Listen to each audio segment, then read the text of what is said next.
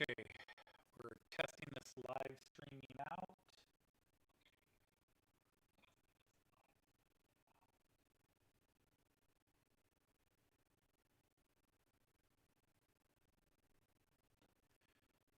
Trying to get used to the delay on here. I was trying to see if I could catch it on some other device.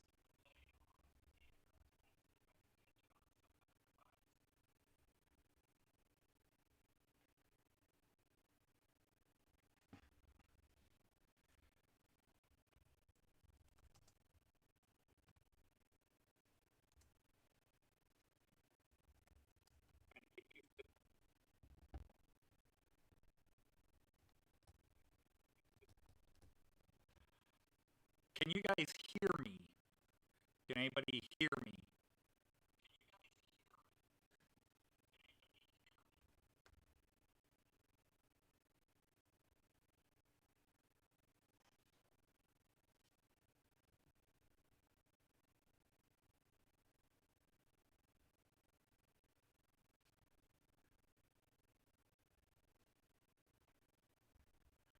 Okay, let me try to increase the volume of my microphone here.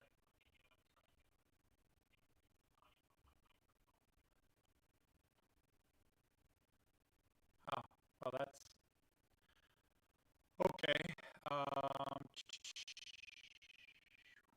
Where's the controls for it?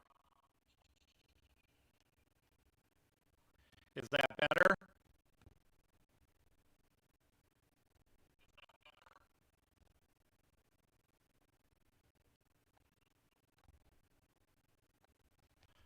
I've never done this before, so I'm trying to figure it all out. I need to turn this off. I'm creating echo. Why won't you let me turn it off? All right, just exit then. Really? You're not going to exit it? Thank you. That'll get rid of one echo. Okay, so again, I'll ask, am I any louder?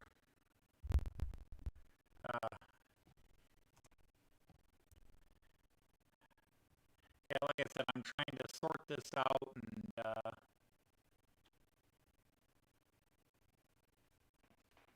I'm sure I've got a lot to learn.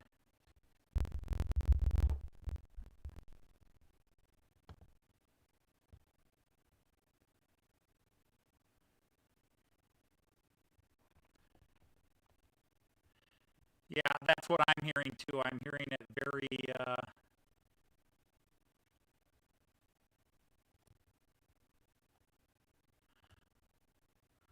let me try one other thing here.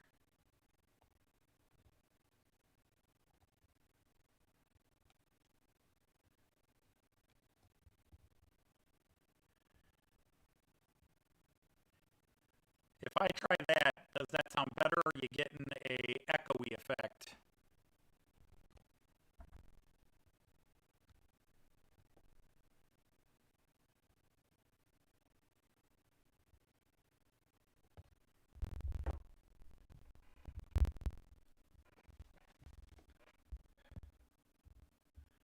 I keep trying to adjust sound and everything and see what's happening.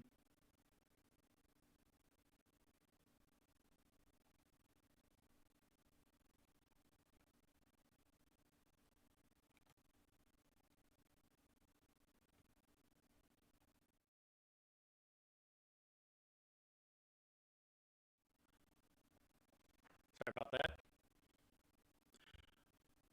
Yeah, I'm trying to get a decent feedback here and what's going on and adjusting the microphones and trying to read.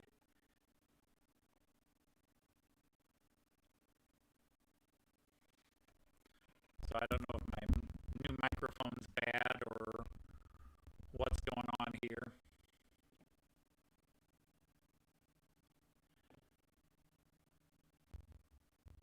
It's probably my really trying to figure this out and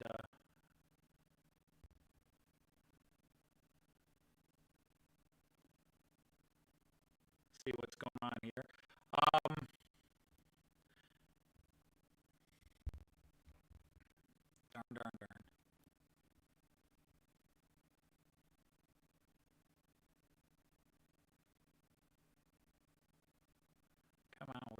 there's that.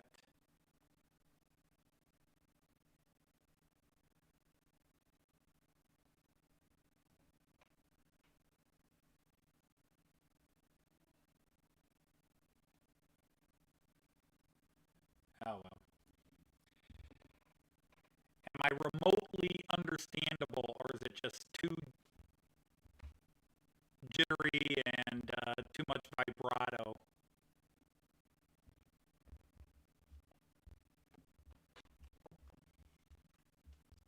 Let me try my phone here. Because I'm on my laptop computer and tied into my, this is the system I use when I do my running sessions, and it gave me the option of tying into a live stream, so I thought I'd try it. I probably should just do Streamlabs on my phone, but then I couldn't show you all the interesting tidbits. So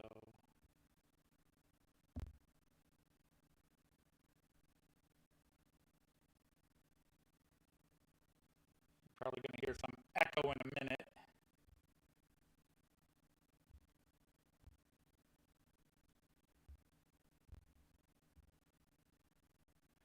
I'm just going to listen on my phone here and see what comes up.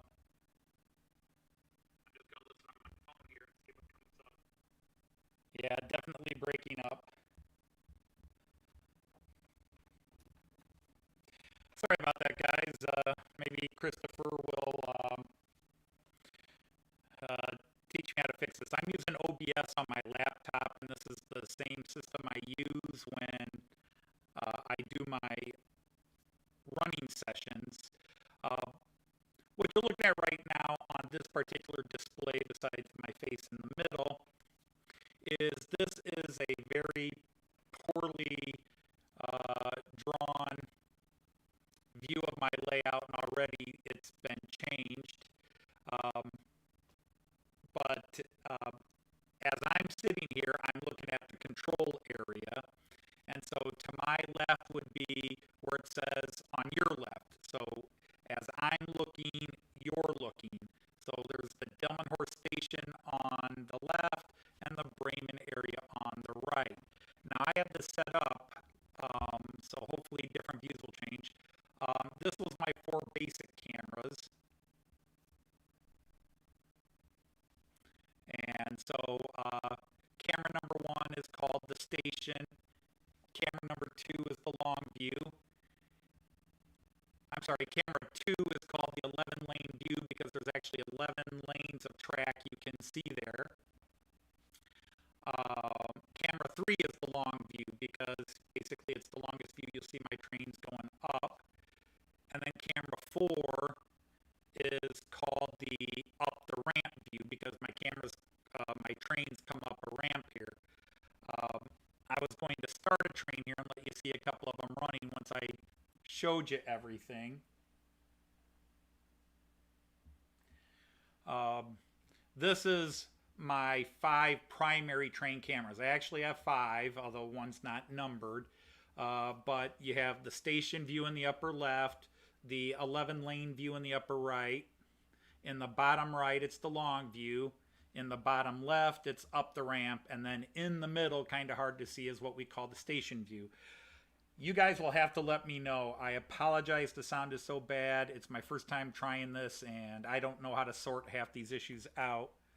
But I'm going to start up one of my trains here. I'm not going to put the sound on, but just so you can kind of see them running around. So this is my newest train, and he's coming up the 11 lane right now. This is my second diesel. For those of you who like diesel, that's my second diesel. He's got a blue and yellow twin that you can kind of, well, no, you can't see because there's a big tree in the way in picture 2. But now he's out of view. And he will now be coming around the long view camera. So that's the long view. So this is going down in front of me. And yeah, let's turn his lights on. But so now he'll be coming into the camera that's called up the ramp. So that would be camera 4 as you're looking. So that's up the ramp. And then immediately he'll come into camera 1, which is the station. And I need to adjust that camera. I'll be right back.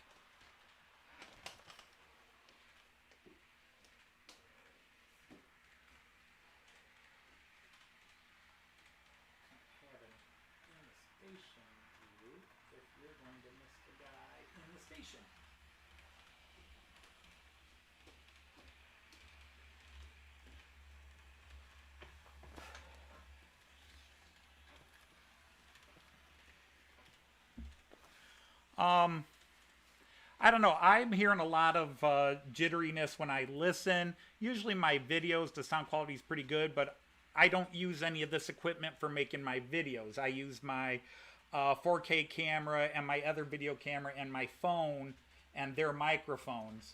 So hopefully it's a little better. But like I said, I'm not a tech person. Back in the 80s, I built computers. I haven't touched a computer since the 90s. My son knows more than me, and even he's not a computer tech person anymore. I'm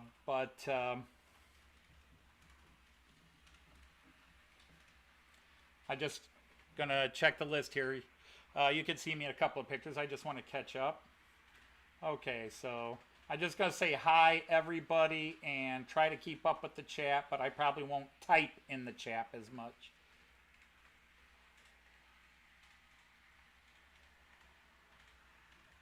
And that's supposed to say hi, everybody. All right, so anyhow, I'm going to go back to the map real quick. I call this the layout map. Yeah, this is my ability to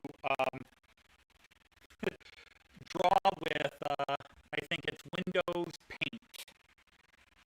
Okay, I'm way behind the times. I don't have Adobe and Studios and all that. But yeah, the nice thing is I'm showing these things. You can look around, but these are the 5 main camera views, and they kind of show you where they are on the layout. Train table. I don't call it a layout because it's not a layout, not for a while yet. The only thing that's built up is over here. I don't know if this even shows up when I'm using the mouse here. But I have the bus center and the Dumb and Horse station. And that's about it.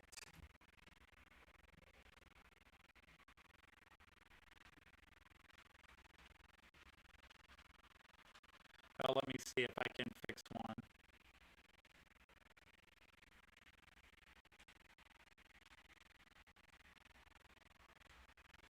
All right, I actually had 2 mics on. Is this sounding better or worse?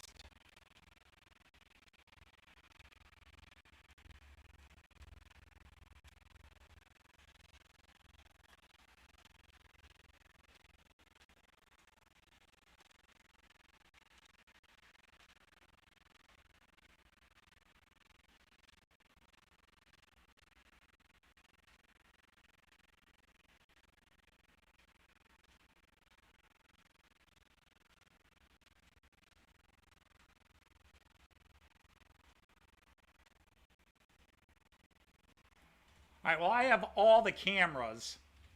They're all tied into this laptop. I've got the microphones muted on all the little cameras. Are you saying this sounded good?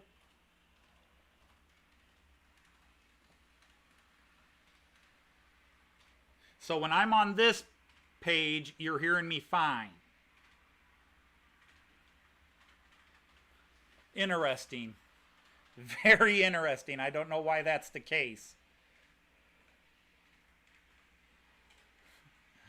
Because it's the same microphone. All the other microphones are turned off. I only have one microphone, and that's this one. Well, you can't see it now. I'd have to turn around. But on this screen, you can hear and see everything. Let me try one more. What about this one? Does it get mucked up again?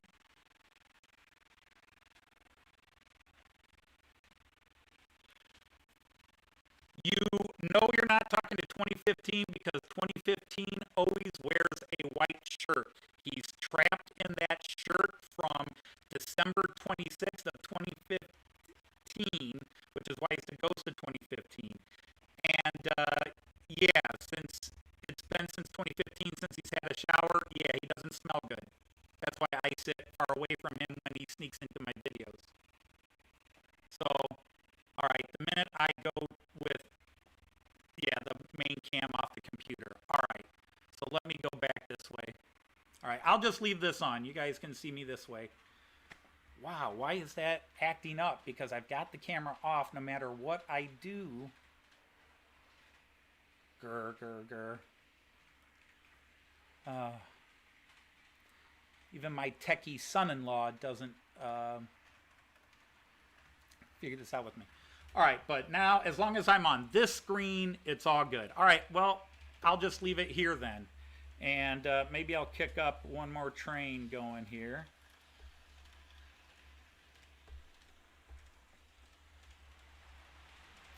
He gets loud. But I'll run them in slow-mo. Alright, so I'll just leave the screen on, because anytime I've got the main cam on, it seems to mess things up. You're going to have to let me know if that train gets too loud, because my ICE is a big train, and yeah, he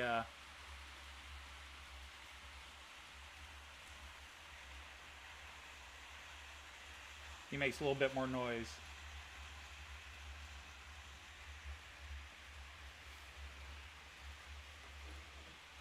All right, so anyhow, let me get everybody in here and just say hi to everybody as I scroll through my phone.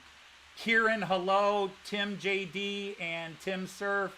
Simon, awesome to see you. Great Western, always a pleasure to see you. Roger Hunter, thanks for stopping in. Have I missed anybody?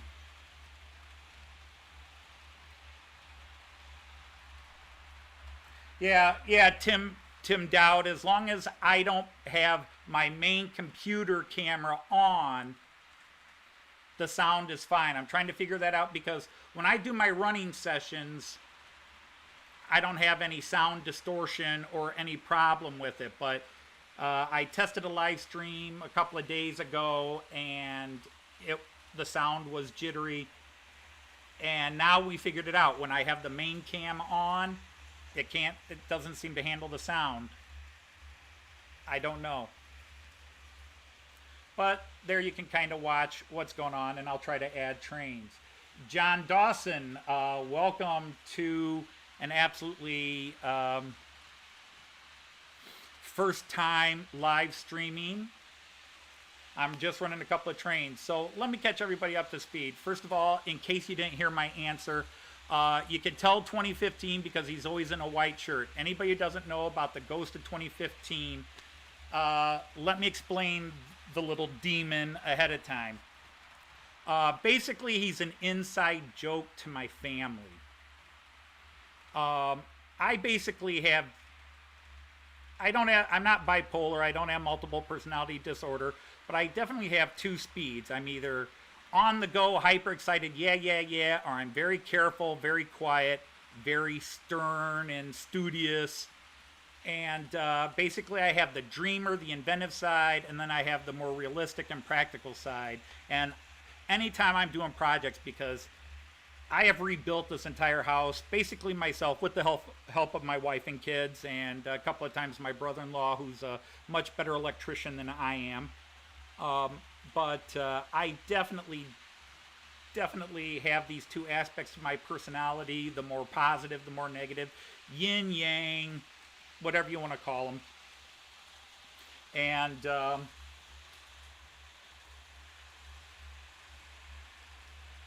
okay, bye AS. Hopefully after tea, maybe you come back. I don't know how long I'll be on, as long as people aren't bored to death and all leave. But yeah, that's so 2015 is just sort of the happy-go-lucky. But the point is, for anybody who doesn't know, I didn't grow up with model trains. I had no interest in model trains. Back in the 60s when I was a little kid, my dad bought me a model train. I played with it for a few months, and it was boring as hell. I didn't get into it. Beginning in the year 2003, I began traveling in Germany as part of an exchange program. I led a group of my students from a little urban high school to Germany. And we traveled by train everywhere. And yeah, it was just amazing. And I fell in love with the train system over there. And around 2014, I began thinking I'd like to have a train in my classroom for my students. We talk about the rail system and traveling in Germany, and I thought it'd be cool to have some sort of visual thing. Hello, Leslie Gilpin. Thank you very much for dropping in. So anyhow, I thought about, finally my wife and I talked about, I said, yeah, let's buy a train. Well, I bought an ICE-3. That's the white one going through here. It wasn't that one, but identical to it. And we decided it was too nice to put in my classroom. And my wife said, why don't you build a little layout at home and mess with it? And that's where the addiction started. That was December of 2015. I got it for my birthday. My birthday's a week before Christmas. I got the train, and I didn't have any track. My kids all chipped in and bought me a controller. This little handheld thing, which... Can I get it towards the camera? There you go. You can't see that unless you zoomed in. Called a Mobile Station 2, and they bought me some track. And there's a video at the very beginning of my channel here that shows me the first time I ever ran trains. It was on the kitchen table. It was December 26th or 27th, and it's the first time I ran trains. And I got hooked.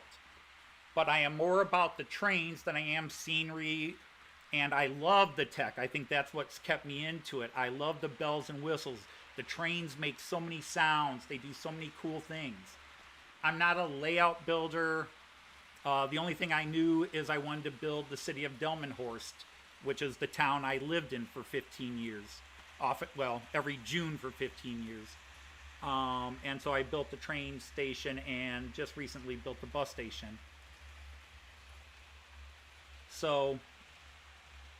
that's kind of what got me into it. So 2015, the Ghost is sort of that guy that just got into it. Oh, this is cool. And then there's me who's like, oh crap, I have to build a layout. Oh wow, I have to actually wire things again, and I have to set things up, and that part of me isn't always happy. Hello, Sandra's International Junction. All right, I'm going to try to fire up a third train here.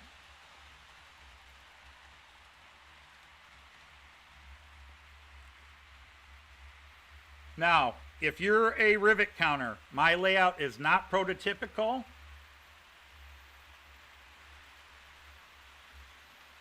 The only rule is every train I own, I had to have ridden on. So I'm era, well, you guys in the UK have different eras. Easiest term, it's called Era 6 in German and American, but it's just modern era, anything after 2000. So no steam, I don't even have many diesel. And almost every single one of these trains I've ridden on. There's one right here. This is a Czech railjet high-speed train. It's actually built by Austria, but they give it to the Czech Republic, or Czechia as it's now officially called, and they give it to the Czech Republic, and it runs between Germany, Austria, and the Czech Republic. And they're called railjets, and they go fast. So let's see what else. Yeah, I'm more about running trains, so I don't have branch lines and main lines and all that. I have 3 outer loops that run the full length of my table, so I can see my big trains going, and then I have up to 5 inner loops, 4 inner loops, where my smaller trains can run. Let me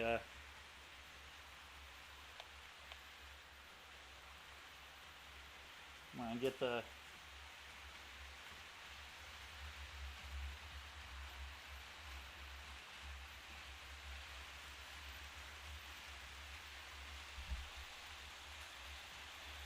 So usually when I come down here to run trains,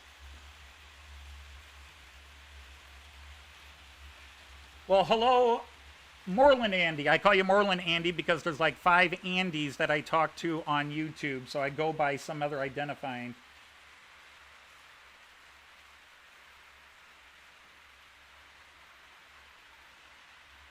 So yeah, this is the first time I've ever tried a live stream, and you guys can see the train table. As I always tell everybody, I don't call it a layout because a layout has more to it. A layout is where you're putting in your scenics and blah, blah, blah. Someday this will be finished, but that's years from now. I usually get one project done a year and call it good. This year I've been ahead of myself, even with a back injury that laid me up for 5 months. I actually got 2 things done this year. I'm almost done with the Fowler car system. Some of you have you've followed the last couple of videos where I've been putting in the Fowler car. I have one more piece coming in tomorrow. Then the Fowler car will be all set to go, motors and everything. Okay, now I'm going to mess with my tablet here to operate a couple more trains. Open up that tablet, thank you. Come on. There we go, very good.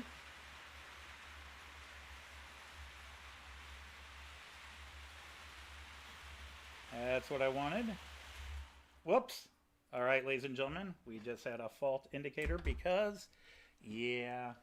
Oh, one of my trains was derailed when I started them. Excuse me.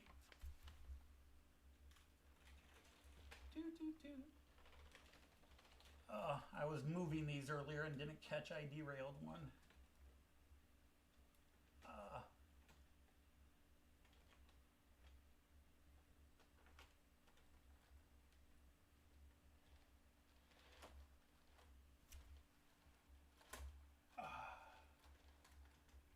Yeah, that's been the problem.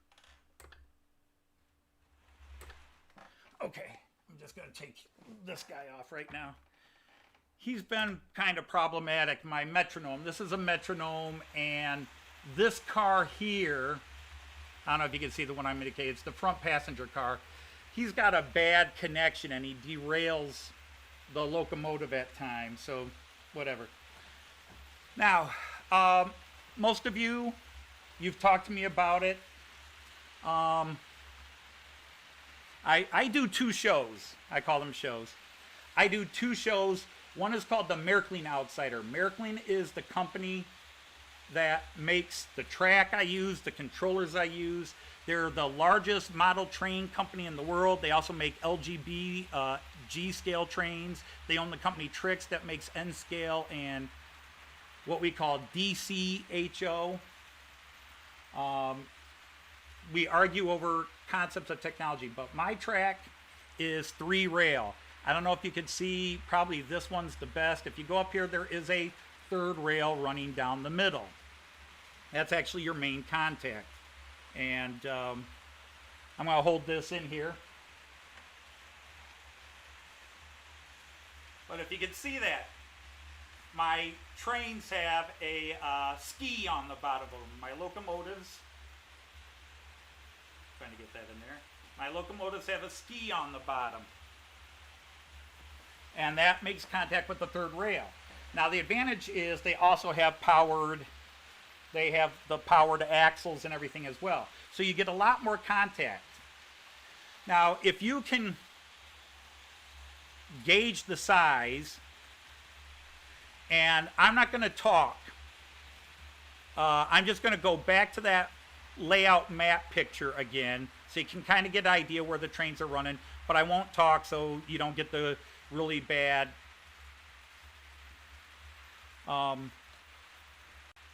gargling here.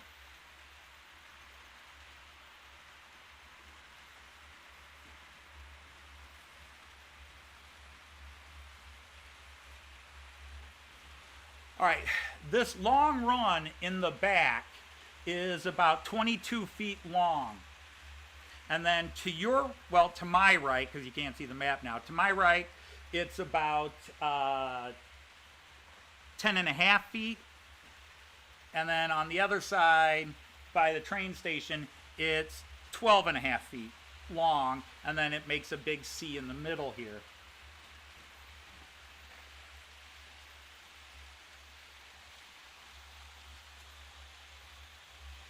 I'm sorry to hear that for all of you in the UK about Warley. I guess it's kind of expected, but that's the big deal, and all the train shows being canceled in this country and everywhere in the world. We obviously have to understand it, but yeah, it does kind of suck there. Oh, let me go back to the 5 pictures. So anyhow, Miraklin, my company Miraklin, makes 2 kinds of track. There's this, which is called C-Track, which is what I use. This is the non-realistic stuff. It's not kiddie track. I'll explain that in a minute. And then they make K-Track, which looks realistic, except it's the realistic stuff. C-Track is extremely popular in Germany, and when I got into model trains, that's the track my kids found. They looked up Miraklin track and said, here it is, and they bought it. But the Miraklin track makes wiring and making everything digital. Your turnouts, your signals, anything you install, you do so much less wiring than you would on regular track. Now, first of all, my Central Station 3, my control here, right in front of me, I have one power line that comes up and plugs into a track right here in the middle. I don't know if you can see where I'm pointing. That's where my power supply is connected. I have no other power supply. Nothing. I don't have a power booster. And yet I can run 6 trains without slowdowns, without issues.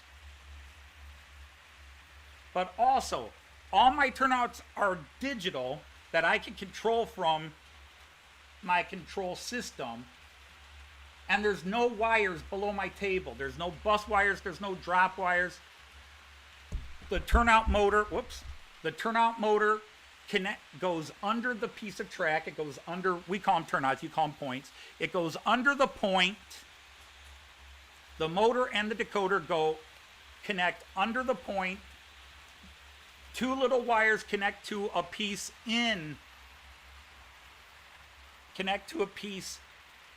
underneath the track, and that's it. My system reads it, and I can control everything from my controller or my laptop. No wires under the table for any of that. That's the advantage of both AC and the C-Track. You do so much less soldering and wiring. The flip side is it's not the prettiest, it's not the most realistic.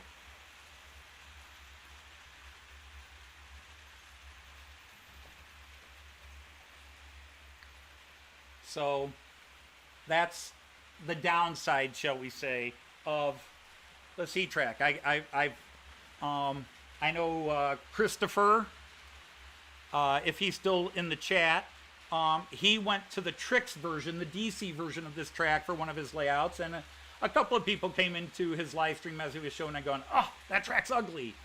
Okay, you know, different strokes for different folks. But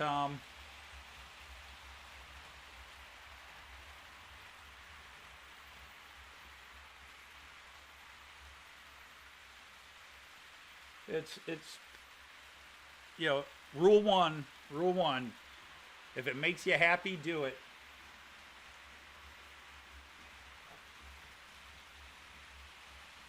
So out of all these trains, this blue guy right here, the Czech Railjet, that's the only one I actually haven't ridden on in real life. Now, the coolest thing about these trains is that the well, I'll probably bore you to death because I'm yakking here, sorry.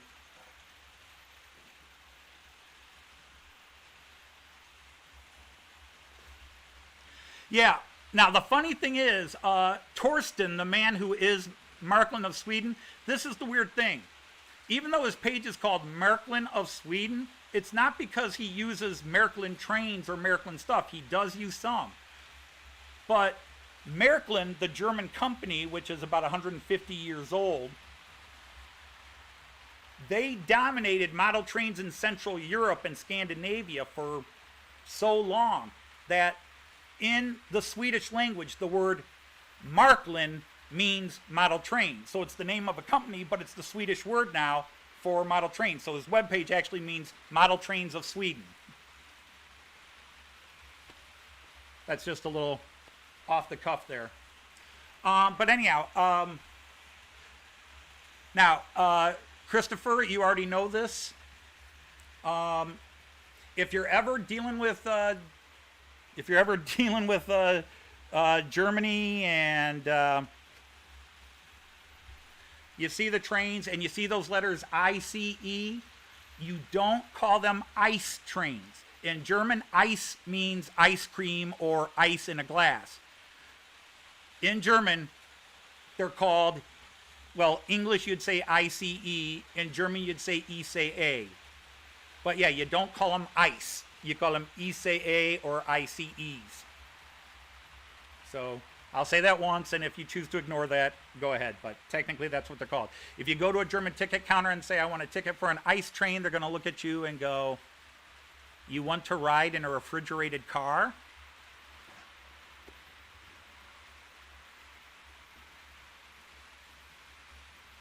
Hello, Donegal Dad, if you came in and I missed you. Yeah, I'm slow on the upkeep here. But anyhow, the really cool thing is, so this thing that might to you look like a Pendolino or maybe a stretched out version of a 800 class train, that long one, my ICE, that's an ICE. And in Germany, high-speed trains are always white with a red stripe. If it's white and a red stripe, that's when they're high-speed trains. And they have two types. They have the ICEs, and then they have the ICs. The ICs are the fast ones. This can go up to 300 kilometers an hour.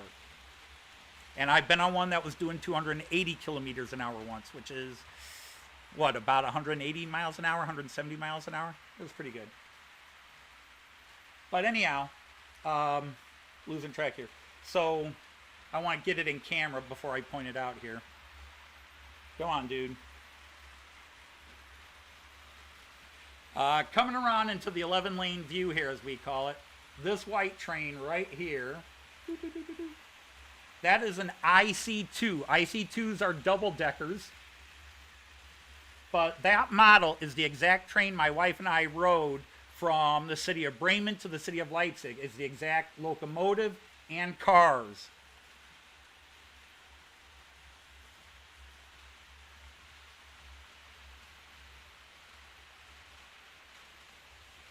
And this ICE3 is an exact train we rode from Berlin to Cologne, as they say in English, but I always pronounce it by its German name. So we've ridden on that. That's a model of an actual train we've ridden on. I'm a kid with this, and I just think that's cool. The little red diesel that's going around, that's actually a model we've ridden on in Germany.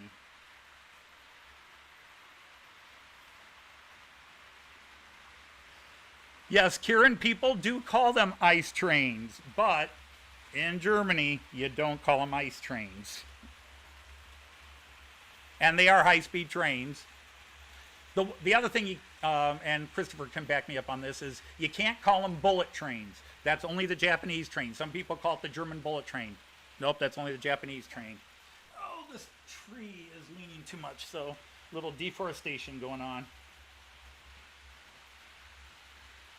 But I bought this Czech Railjet, and unfortunately I don't think any camera truly shows off the colors of these. You'd have to go to my channel and go way back to the beginning where I have, before I even knew I had a channel, and just posted a bunch of pictures of my trains or little videos of my trains. This Railjet is gorgeous. I love the blue, dark blue, light blue, and white mix. I just think it's a gorgeous train. Hey Paul, hello. Thanks for coming in.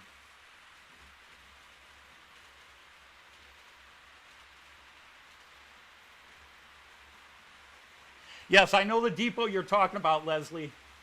I have been to Berlin about 16 times now, and since 2006, I don't fly in. We always take a train, so I always go into the Hauptbahnhof, the new main train station, the big 6th-floor glass level. But yeah, there's that big depot outside, and you see them all. My wife and I were in Munich last summer, and for the first time we saw all 4 ICE generations in one station. ICE 1, ICE 2, ICE 3, and the new ICE 4. Our trip to Germany this year, we were supposed to ride an ICE 4, and of course our trip got canceled. And I'm buying an ICE 4. The German company Pico, it's P-I-K-O, as opposed to the British Pico, P-E-C-O, or English, United Kingdom. They already released an ICE 4, which is the newest version, but I was waiting for the Märklin one, and that comes out much later this year. It's my birthday, Christmas, New Year, and everything else present, because it's expensive.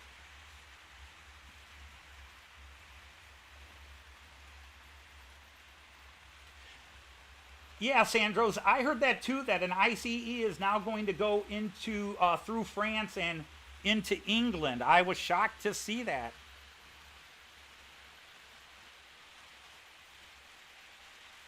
I was very shocked to see that.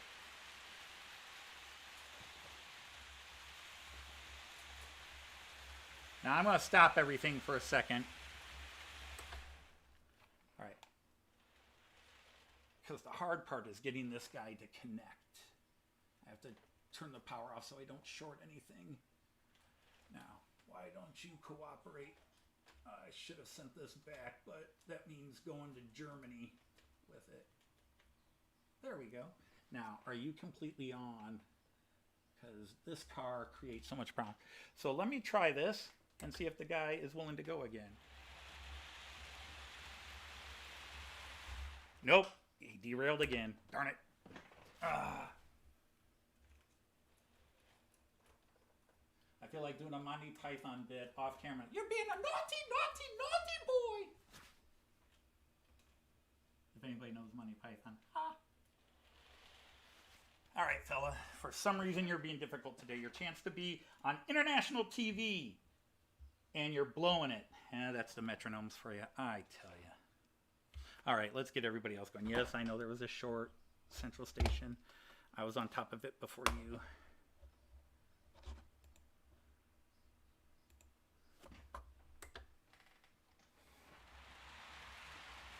Well, let's see if I can get one other guy going. Let's get the other diesel going. Let's do control 2. Let's change you out because we already got you running. Let's see if Nordwestbahn wants to get going.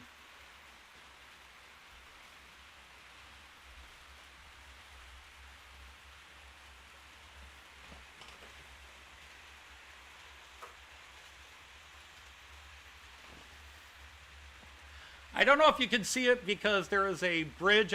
I don't know why I built that bridge. I just built it. I had a couple of boxes of this bridge and said, what the heck, I'll build it.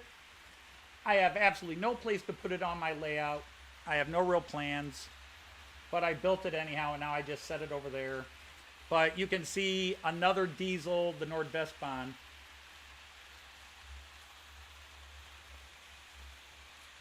I am not running any of the sound functions on these because even though they're kind of low, I have a low ceiling in here, and I also have a blinking light in case you haven't noticed that.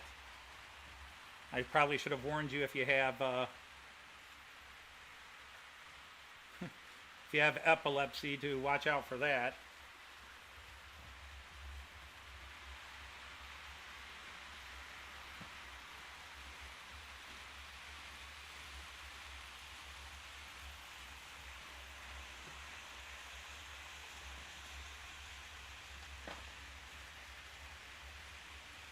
Welcome, Learning Double O Gauge. Nice to have you here. You're just watching an American running German trains on a non-existent layout.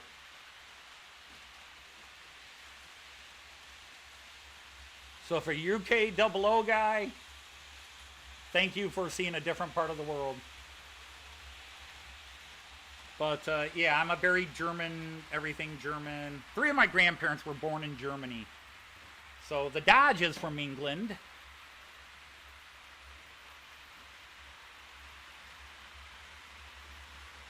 But my ancestors left England in the 1730s.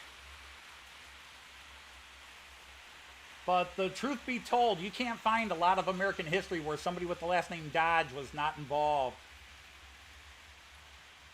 The Great Union Pacific Railroad, the Union Pacific and and what became the Atlantic Pacific and the famous Golden Spike where we linked the country. The guy who was in charge of that, Grenville M. Dodge, my great uncle. And maybe that was one too many greats. And there's a famous natural landmark in the United States called Double's Tower. It's out in a part of the country called Wyoming.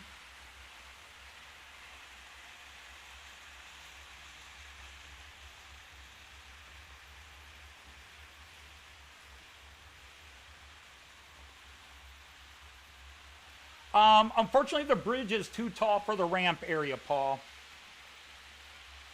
And I would have to tear out the ramp to incorporate it. But right now I got 5 of 6 trains that I could be running. My metronome has decided to be a disagreeable little jerk today, and he's annoying me. I do have a video if anybody were so bored and wanted to be completely put to sleep or have their mind numbed. I have a video where I explain the German rail system from last year. I am trying to understand the British system, and I find the British, I said British, I apologize, the UK system. I'm trying to understand the UK system, but what little I know about trains, the German system, I can understand. But in Germany, you have 2 levels. You have the long distance high speed, and you have the local commuter traffic. The government owns all the railway, all the track. The Deutsche Bahn, that's the federal government agency, DB, Deutsche Bahn. They own all the track, and then they own and operate the high-speed traffic. That's your ICEs, your ICs, and your ECs that are based in Germany. And then there is the commuter traffic is divided between the federal government, Deutsche Bahn, but then there's a bunch of private companies. And you can tell the German commuter traffic because it's always a red car with white or yellow stripes. White second class, yellow first class. And the private companies are all kinds of colors. So like the metronome here, which you didn't get to see, but I could push this around. Maybe through the camera you could see the colors.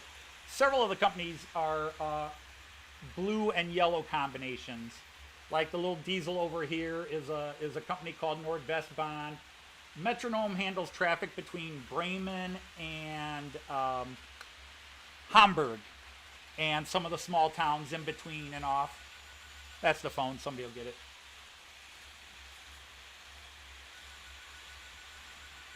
Nordwestbahn handles between the cities of Bremen and Osnabrück.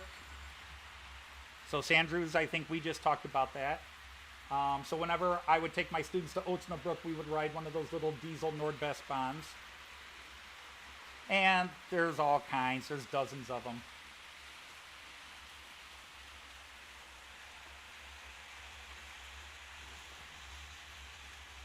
Yeah, if anybody is worried about some of these cars being close, yes, it is not prototypical. However, they were measured And I have been running all my trains and never had a crash. In fact, the only problem I have with any of my trains is my metronome and the metronome locomotive and this passenger car disagree. This one's got a bad connector to it. I should just take the car off and run it anyhow. But this is me. This is my meditation. I just come down and watch my trains go in circles and hypnotize myself.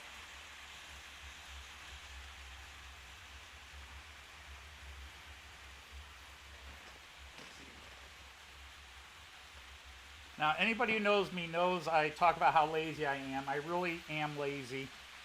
I wanted to use my main camera, but obviously that's an issue. But let's see, can I hold them to that camera over there? There you go. You can't see my hands. I've been doing the Fowler car system and everything is working aces. Very pleased and proud of it. I still have one more thing coming in tomorrow. I have a, they call them a module. It's some kind of chip that I've got to wire some sensors into, and then my cars will run exactly the way I want. But I only have two I only have two Fowler cars right now. I have a bus and a little van. I need to buy a couple of buses, and then I have to convert them from this little toy model van into the Acer, I said it twice now, into the Fowler van. But otherwise, things are going.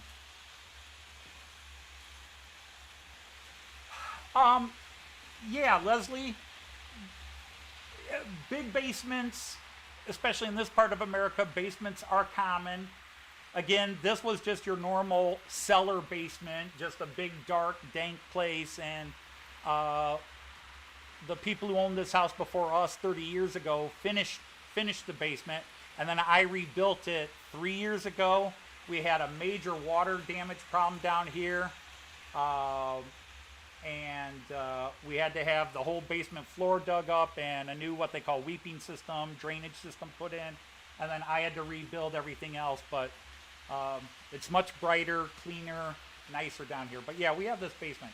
But I will say some of the loft layouts actually have more running footage than I have. A lot of those loft builds definitely have more perimeter running length, if you want to put it that way. But yeah, this is nice and big, and when they were little, this was my kids' playroom, but all my kids are grown, so I took over the basement.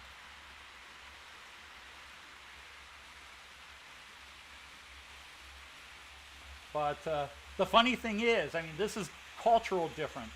In America, this house would have been considered small. This is a small one-family home.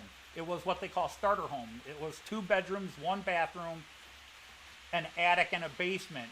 But the people who owned the house before us turned the attic into a master bedroom, and then they made the basement an actual living space. So it looks a lot bigger, and, well, all I can say is my mom and dad raised 6 kids in a house about half this size, too. Well, about this size, but boy, it felt small.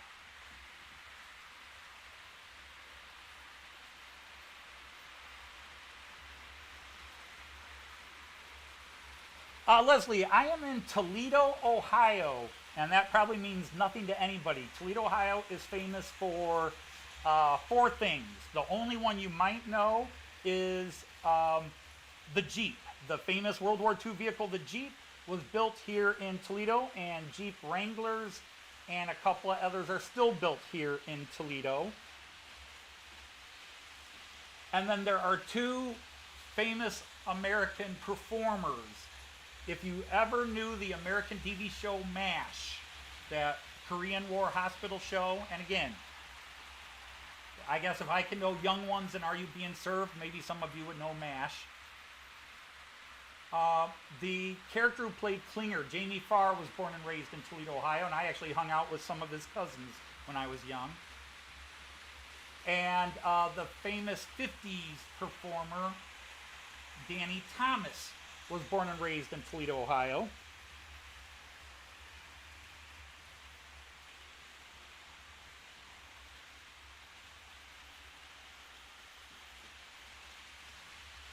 that's three things Toledo is basically famous for.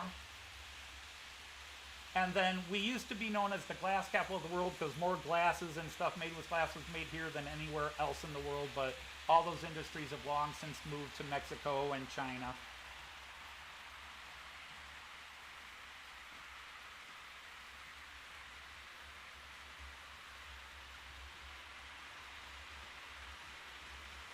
But basically, we're about 50 miles south of Detroit. So we've always been connected to Detroit, the auto industry, the famous American auto industry. Like I said, we had Jeep, but there's a lot of secondary American automotive plants here. For example, GM, General Motors, which makes a lot of things. The powertrains for a lot of their cars and trucks are made here in Toledo. Champion spark plugs used to be made in Toledo.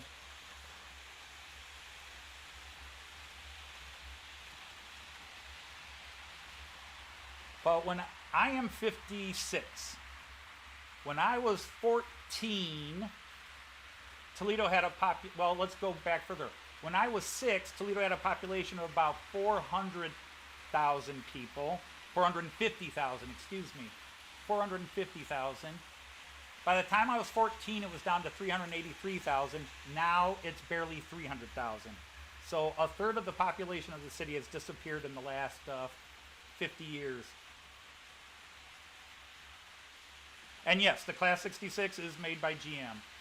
But sadly, you're quoting train facts, and I did learn that, but I did not know that until I looked up Class 66 because the German company Märklin that makes my trains, well, not all of them, some of these are not Märklin, but Märklin is releasing 4 Class 66 that are European based, like one from the Netherlands, one from Germany, one from Denmark, one from Switzerland, and a lot of you guys over there were all excited about the Class 66, and somebody in one of the chats mentioned, yeah, they're GM's made in America, and I was like, oh wow, cool.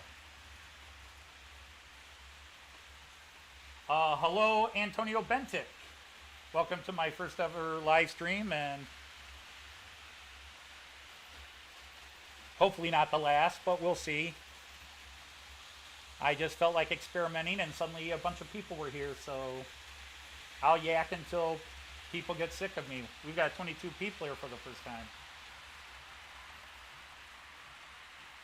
I won't ask you to hit the like or subscribe because if you hit the like, I don't want you getting in trouble for lying. But yeah, I mean, I like to see faces. I like to see the people. I love it when people put their face. That's why I'm in a lot of my videos. I want people to know who I am. You know, it's so great that Tim got his wife involved, his kids involved, and I love to see that. I like to see who I'm talking to instead of just a name on a chart. True, you're right, Leslie. I should have said that. Built in Ontario. I claimed the United States. Someday we will attack and annex Canada, but hopefully not, because Canada is such a wonderful country and all we do is screw it up. That's my one political statement for the day.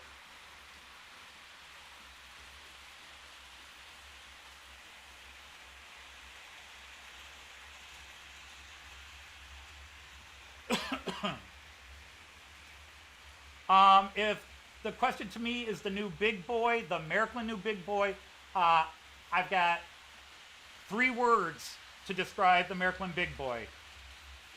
Wow, and big. Yeah, it lives up to its name. I'm not a steam guy.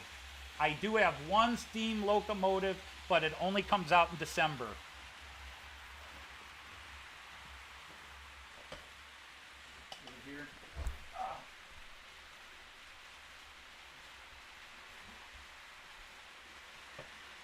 I'll go to this camera, it's a little easier. Let me see if I can get this in. That's my one steam locomotive. It is a Christmas train. It even has a Christmas tree that lights up on the front. That's my one and only steam locomotive. Now, Before anybody thinks I hate steam locomotives, no, they are gorgeous pieces of engineering. They impress me. I think they're awesome. I'm just not into them. For example, I can look at an attractive woman and say, yes, she's attractive, but I'm not interested in her.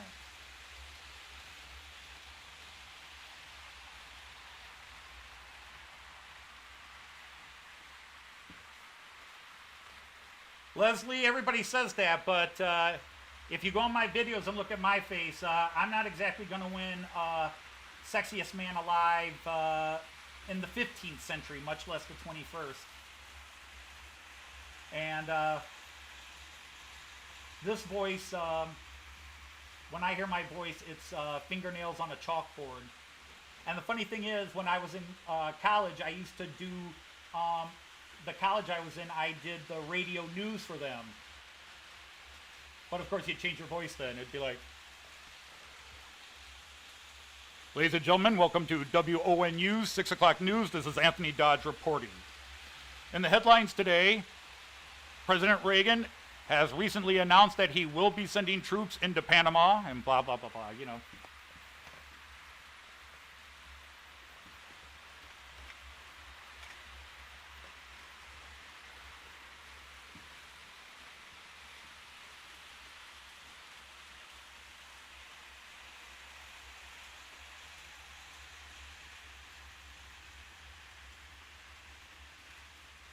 But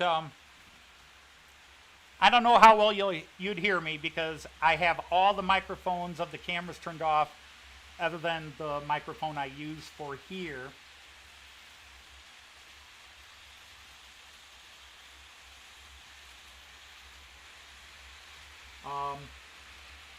But anyhow, I'll go show you the only two things I guess I take a little claim for. I'm going to be moving what in your picture is camera, maybe camera 1 and maybe camera 5, but it's not numbered, the camera in the middle. But you won't hear me talk. I'll try to shout.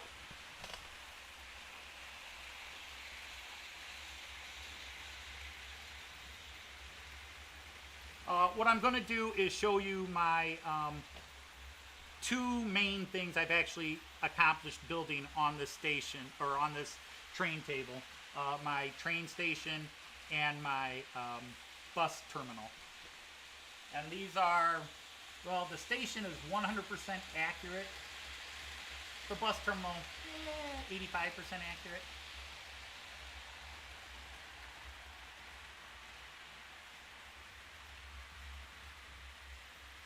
Tell you what, I'm going to just shut everything down for a second, just so there's less interference. And I don't want to drag a wire and knock a train off. Okay. Let's see if I can pull some of this camera up. Alright, well, you can see this. This is my Delmenhorst station, and I have no way of seeing what you're seeing here. This is the station of Delmenhorst.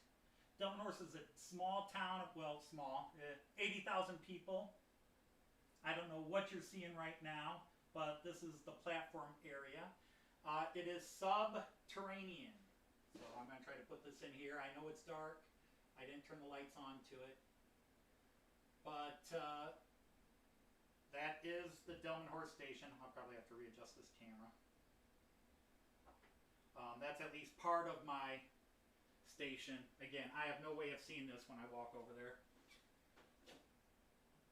Yeah, I'm way off.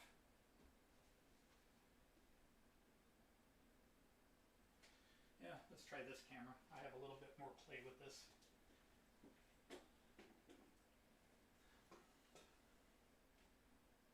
Alright, and yeah, I can see this a little better. Any noises you hear, don't worry about it. If I break it, I fix it. Alright, let's see if this is showing. Alright, again, really kind of hard to show this and really let you see it. These are just all a bunch of El Cheapo webcams. But yeah, that is my station. It's kind of hard to see. And then the bus station with the Fowler track, I'll try to go up and you can see the Fowler track system laid in. Again, these are easier to see if you go to the videos where I highlight them than trusting these little El Cheapo webcams. I have a couple of Logitechs, but that's it. Because despite the look of all this, I scrimp and pinch pennies to build anything. But when I do this, and let me see if you guys can see that. When I do this, I'm actually very happy and very proud because that is a view I have had 1,000 times in my life. That is walking down Bahnhofstrasse, Station Street, train station street.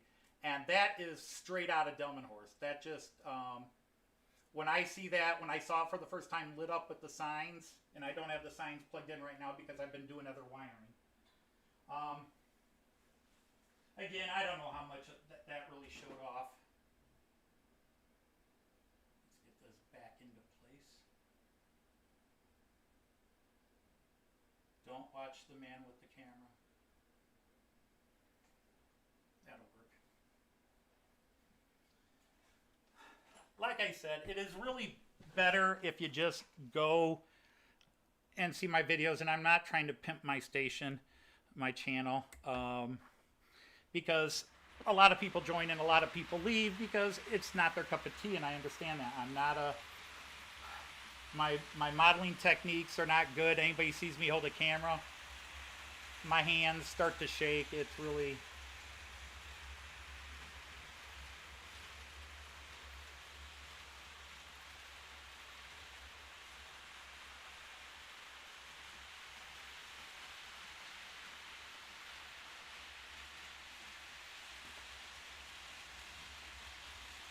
I'm sorry, I'm just trying to catch. Yeah, our voices never sound quite the way they do on any sort of recording device.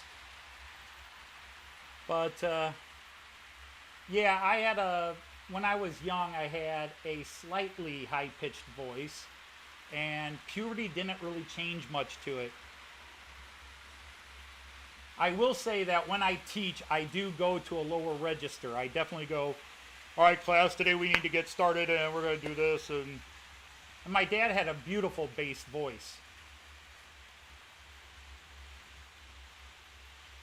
My dad had a beautiful bass voice. He should have been a singer. But my dad liked two things. My dad liked racing cars. My dad liked racing motorcycles. And he didn't like anything else.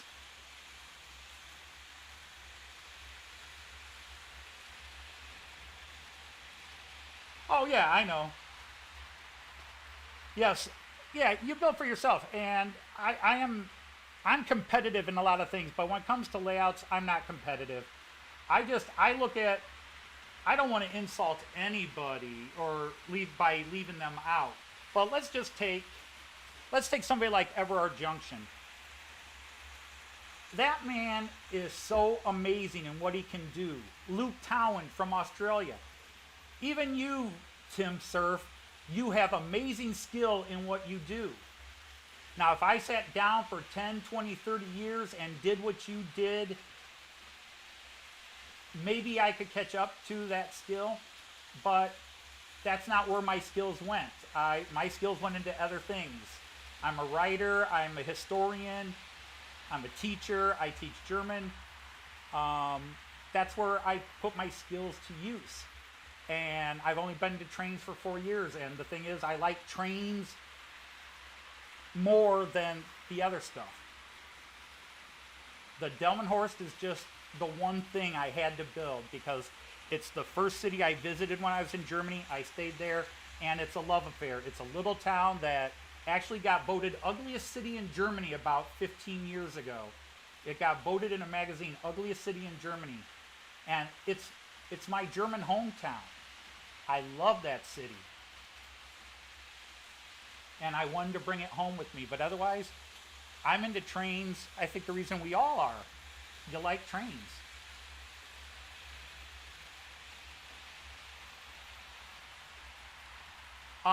Antonio, when you say model books, what are you talking about?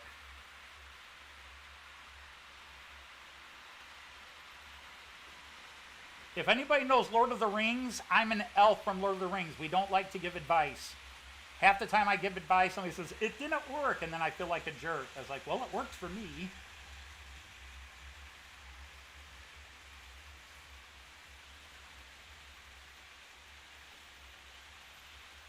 So I mean, this is sort of the me in 2015 me as well. Um, I do mock myself a lot because I also have a huge ego in things. And the one way I keep myself from being such an overbearing jerk is to remind myself that I'm an overbearing jerk and I can be very arrogant. And if I put myself in my place, then hopefully nobody else feels the need to.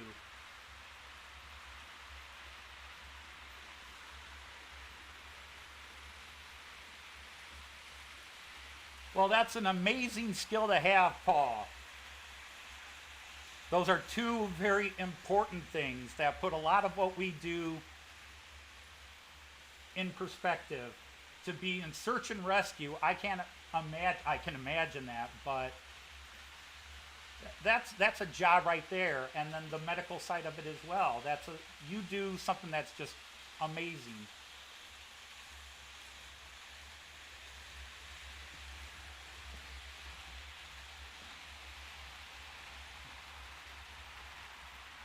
Okay, Antonio Bentic, books about trains. I have none. A friend bought me this 4 years ago and I still haven't read it. Let me put this up here. See if you guys can see it. Nope. I can't get it in the camera. Sorry. Back here. Don't knock my... Yeah. That is the only book of trains I have. My advice would be, if you are interested in trains, here's my advice. Preaching to the choir. To avoid going broke, number one, what are you interested in? Do you like steam? Do you like diesel? Do you like modern? Do you like old?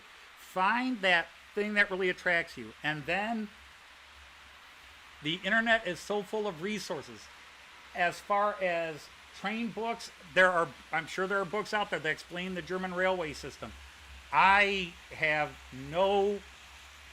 nothing I could tell you about that other than find what you're interested in and then see what books are out there. Christopher could probably give you a lot more information on books. He's got an amazing collection of train books that are the history of UK rail. I have nothing about trains. That book was given to me by a friend when I first got into model trains because, hey, Tony, you're into trains. Here's a book about trains. And I still haven't read it. I'm a terrible person, you all.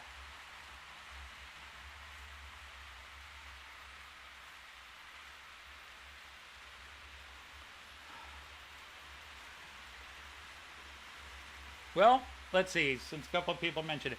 I've been a teacher 33 years. I get to retire in 2 years. I have taught American Inner City for about 20 of my 33 years. I currently teach German now at an urban school. And the fact that they haven't canceled my program yet. I also teach English. I have a master's degree in English and English Lit.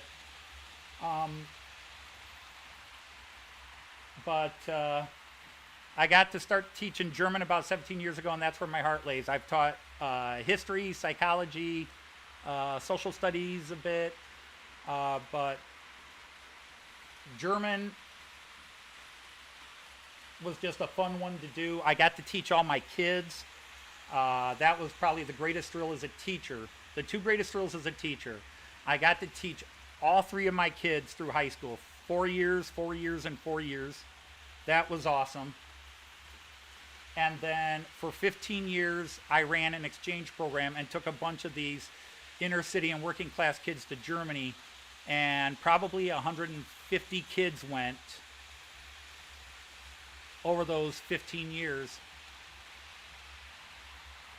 And not once did one of my students disappoint me. Not once did a kid act a fool. These kids were just so thrilled to actually be leaving the city of Toledo. and to go to a different world, a different country, a different culture. They could have acted like the ugly Americans often do, but they didn't. Every single kid made me proud, and I was so sad when this program came to an end because our kids just couldn't afford it anymore. I couldn't get the grants to help the kids anymore, to help pay things. Nobody's going to offer money to help pay a kid to go to Germany when their own kid can't go to Germany.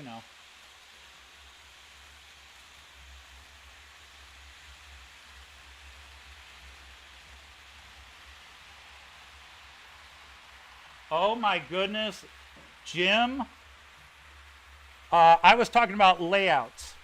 Ladies and gentlemen, if you don't know this gentleman, you need to check his page out. This is Hover Motion. It's Jim at Hover Motion. He was one of the first YouTube channels I joined when I got online.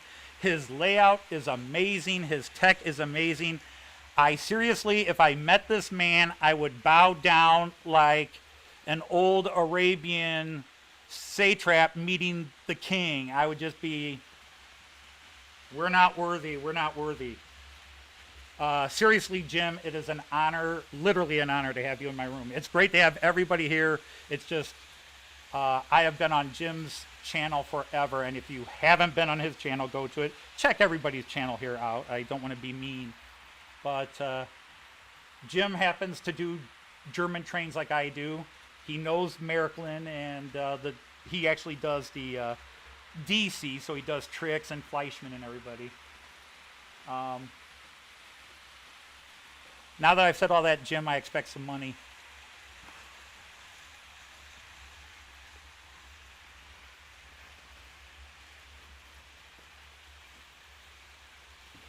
But yeah, I'm not a jealous person.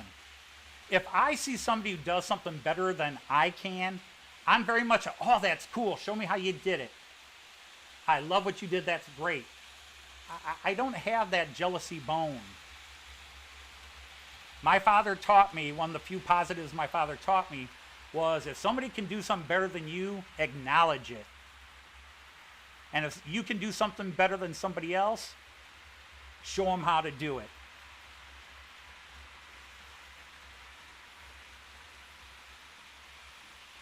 And Chris from Hales Heritage, if I didn't say hello, hello. Moreland Andy, I was honored that you stopped by. Thanks for coming in. I don't know even how long I've been on. I'm just yakking away, and some of you are actually staying here.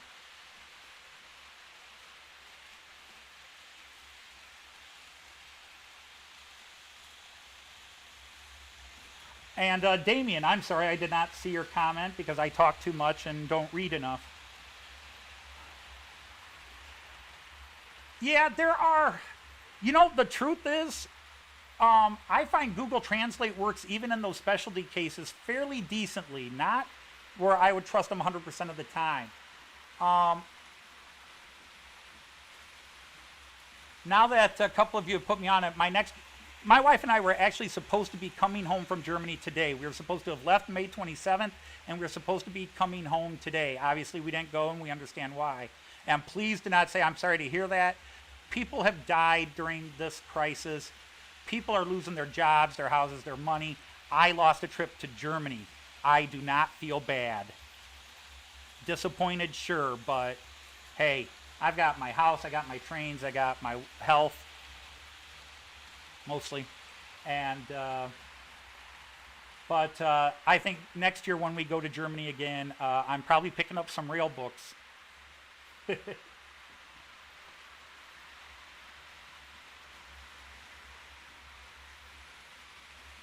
Yeah, I haven't assigned moderators. I'm still learning the tricks here, Tim. There's a lot to learn here, first time doing it. I've been using OBS for about 6 months, 7 months now, but only to do running sessions of my trains, and I just kept adding cameras and more cameras and more cameras.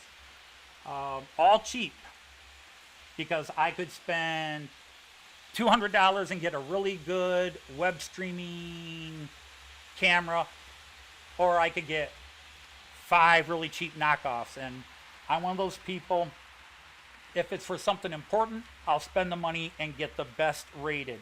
If it's just a bunch of cheap webcams for my layout, I'm going to go cheap.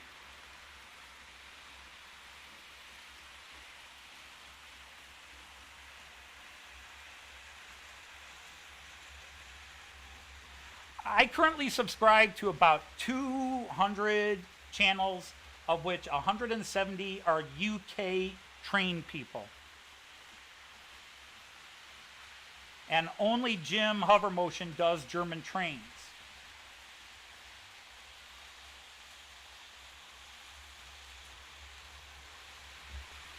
But I have been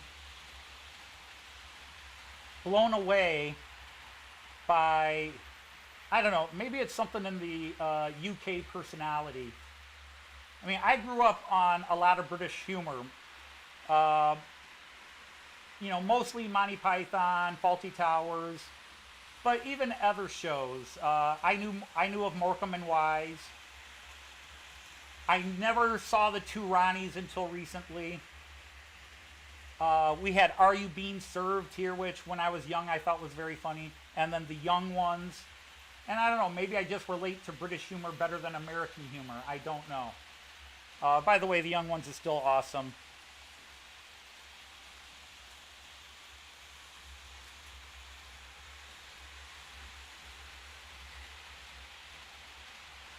I have been, for example, I have been a Liverpool football fan, grunts and cheers right now, you never walk alone, since the early 70s. I mean, I go back to Shanklin and Paisley, okay? I'm not some recent climber. And the reason I got into that is my first grade librarian. When I was in first grade, the librarian at my school was a Scottish lady from Ayrshire. Am I saying that right? Any Scottish folk? Ayrshire, A-Y-R, Ayrshire, Scotland, but she was a Liverpool fan. And that was first grade, so that would have been 70, 71, somewhere in there. And she was a huge Liverpool fan. And back in that day, our local newspaper actually carried English Premier League scores, so I could keep up with it. Now, I also grew up a huge Beatles fan, so there was a double Liverpool connection there. But she got me into Liverpool, and I loved her Scottish brogue. I just loved that accent.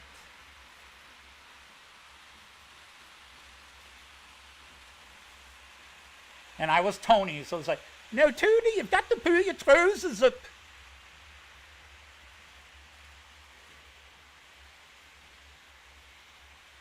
And did you see Liverpool won again last night?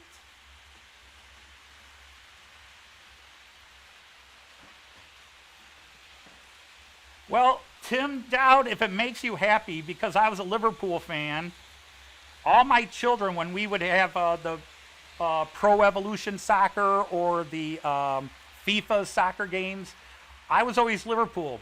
So now all my kids, let's see, my oldest daughter is Man United. My second daughter is Arsenal and Chelsea. Go figure that one out. And my son is Newcastle. None of them became Liverpool fans. I tried so hard to brainwash them. I held them at gunpoint. I locked them in closets and wouldn't let them out. And they still would not root for Liverpool. They always rooted for whatever team they could play to beat me on those games. Bear Lane.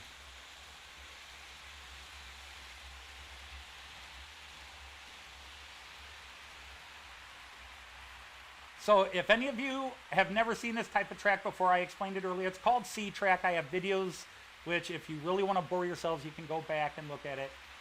It's from Maryland. This is their, it's not their kid stuff. This is serious modelers. I'd probably say 75% of German Maryland modelers will use the C-Track and not the more realistic K-Track. But the advantage to it is it's easy to go digital. You can see all these trains running all at one time. I have one power source and one connection of that power source. I have one connection. I don't have drop wires anywhere. The only drop wires I have are from my Fowler car system.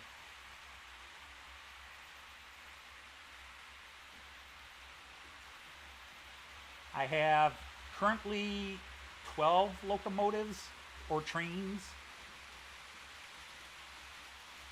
I just added one, but I sold one, so I am getting up to near 500 subscribers. So I don't know. Am I supposed to do one of the traditional giveaways? I don't think anybody would want to. Maybe I'd have to make a deal where if you're in the UK, you tell me what shop, and I'll buy you a 25-pound or 50-pound gift certificate to it. I'll think about it.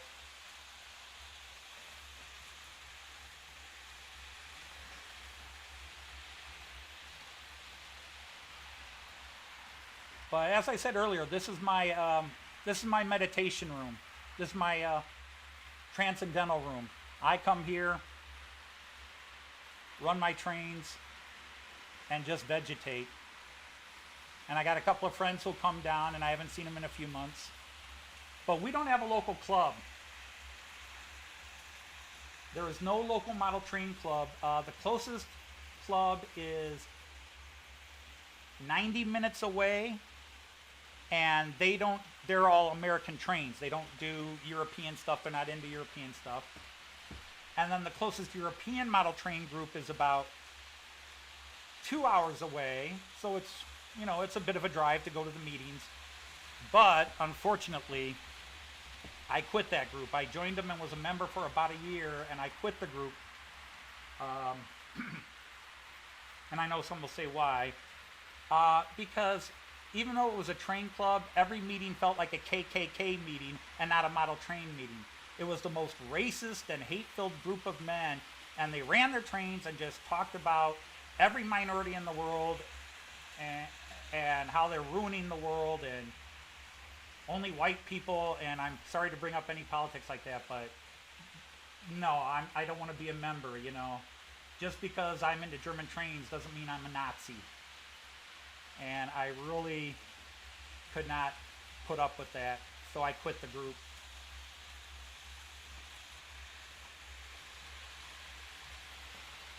Because let me do something here.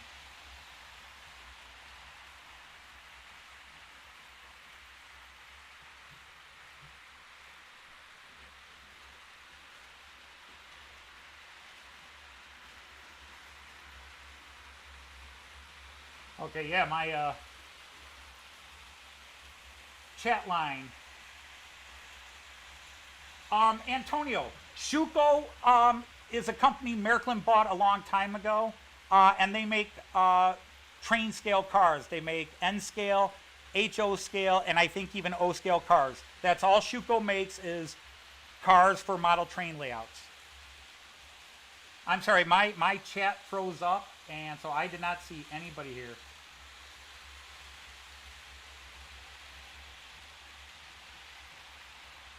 So, yeah, I missed, the last thing I had typed was Paul Hines saying he's in Sheffield in South Yorkshire.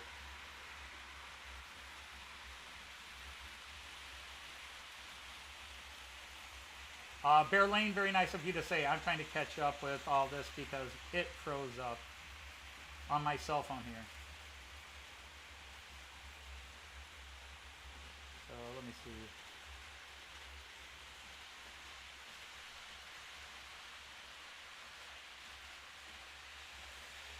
Yeah, my wife and I plan this stuff in advance. I go to Germany every summer. It started with the exchange program, but since the exchange program ended, my wife and I we had never traveled on our own. We are about to celebrate our 33rd anniversary.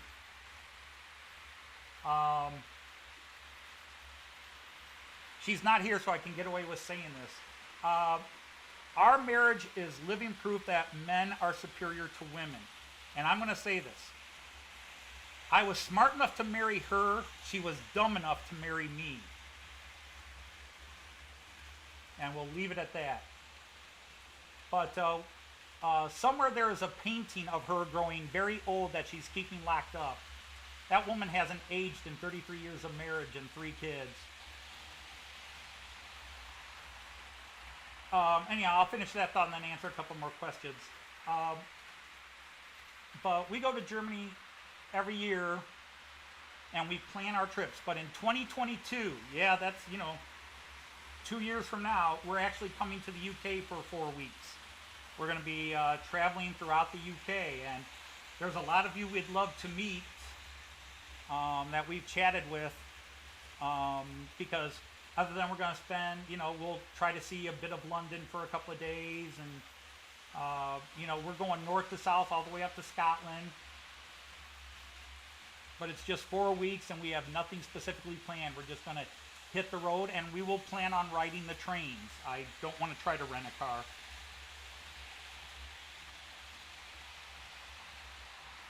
Okay, so Antonio Bentic. Unfortunately, no, I don't own any Schuco cars. I've got Viking and, hang on. I've got Oxford.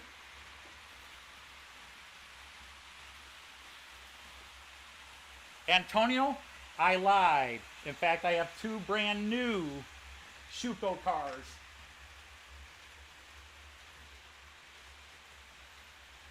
So yes, I do have Schuco cars. But usually I just buy a bunch of cheap cars at the train shows. I go to somebody that's HO scale cars for $1, and I buy 10 of them. All right, so let me get some of these questions here. First of all, Owens, yeah, I'm sorry to hear that. Yeah, it's really crazy. Bear Lane, I have been to Miniature Wonderland 5 times, most recently last year, 2019. We were supposed to go to Porsche's Traumwerk this year. We would have been there last week, Tuesday. We would have been at Porsche's Traumwerk last week, Tuesday, and unfortunately it didn't happen. But yes, I've been to Miniature Wonderland 5 times, and if I can brag, celebrity name dropping, I got to spend 15 minutes with Garrett Brown, one of the 2 owners. My wife and I we were looking for a bathroom for her, and we took a wrong turn and we walked right down the employee hallway, and he walked out, and instead of yelling at us, he stopped and asked us where we were from, and he literally spent 15 minutes talking to us, and I've got a couple of pictures of him on my Facebook version of this page, and that. But yeah, we got to meet one of the 2 owners, Garrett, and that was awesome. He talked to us, he asked us all kinds of things, and I was acting like a fanboy. I was acting like a 13-year-old girl meeting one of the Beatles. Well, hello, David from Cottesmore. I'm honored to see you here. Donegal Dad, thank you for stopping by. Have a good evening over there. Let me see, what other question did I miss?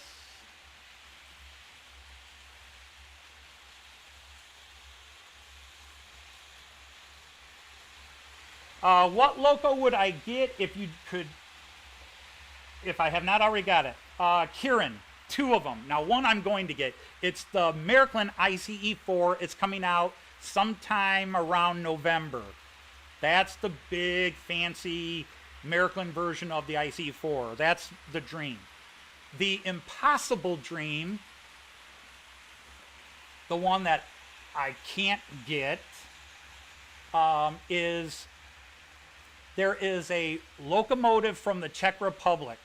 It is I forget what company makes it. Is it Skoda? Does Skoda make it? It's a Class 371 Czech heavy passenger hauler. It's a big locomotive for hauling Eurocity Express trains. And my wife and I rode on a Eurocity Express from Hanover to Prague in 2017. So that gave me the excuse to make that train. Unfortunately, the German company, Pico, P-I-K-O, made that train, but it was like 8-9 years ago, and I cannot find it online. And it's got to be the blue one. There's a red and orange one, and then there's a blue and white one. I need blue and gray. I need the blue and gray one. And it's impossible to find, especially in 3-rail AC. But those are my 2 dreams. One will come true by Christmas. The other one, I don't know if I'll ever get it. Let's see.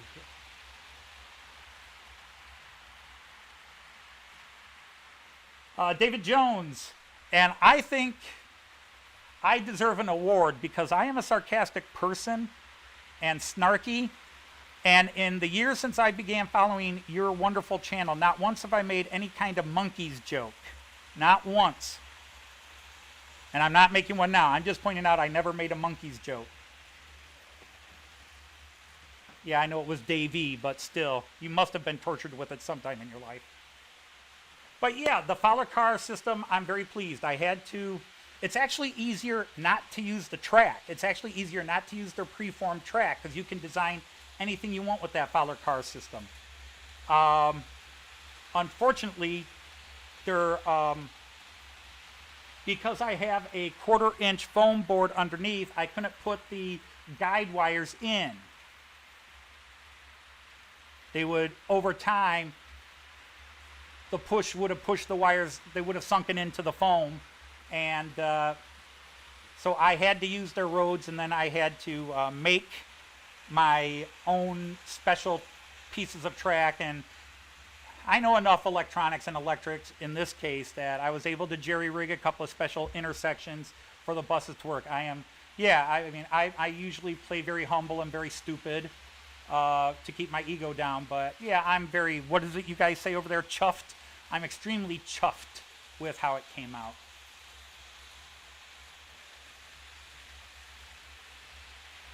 Thomas, how are you, lad? Now you guys can all put a voice behind all the comments.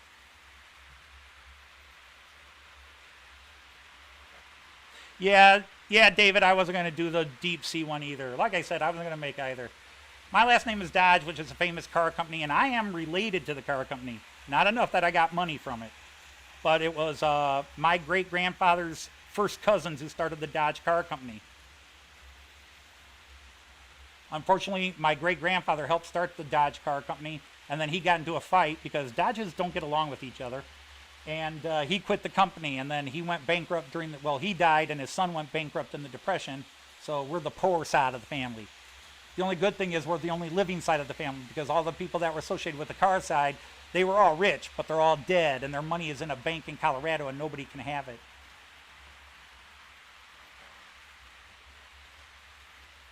Oh my goodness. Hello, Richard of New Junction.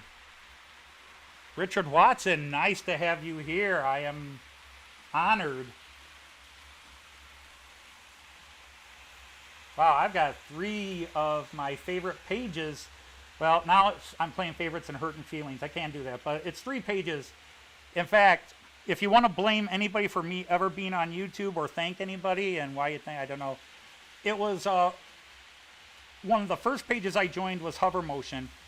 But very quickly, now I joined Will at IC82 and Sam's Train, and I love Will, so please don't say anything negative about him.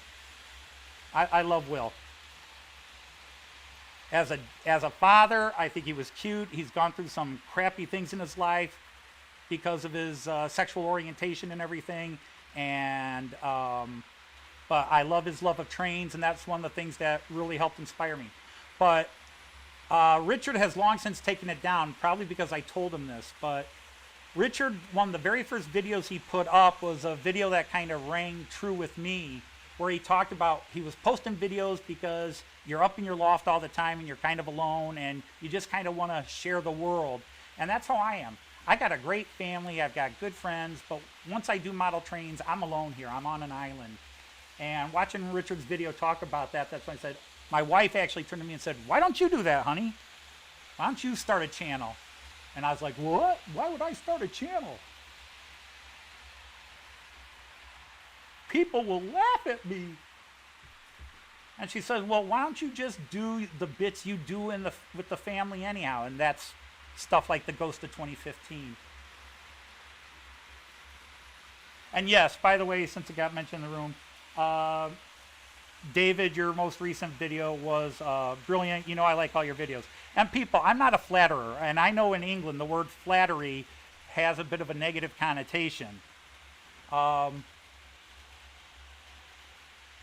as I said earlier, my father taught me two things that I keep as positive messages. The rest I threw in the garbage. But it was, if somebody can do something better than you, acknowledge it and praise them. Don't hate and be jealous. And if you can do something better than somebody else, teach them how to do it. So when I compliment your videos, people, it's sincere. I love what you guys do. And I'm nobody to talk. If I were to ever criticize somebody's layout, I should be bashed in the head because, you know, it's not exactly like I am Josef Brandl, or, and if you don't know who Josef Brandl is, well, he is the single greatest model train layout maker in the world, period. As good as everybody else is there. And trust me, that's why I hate to start naming names or favorite channels, because then there's somebody that I've been a long time fan of, but you didn't list me. You're all my favorite channels. It's just some of them go back away. Babble, babble, babble.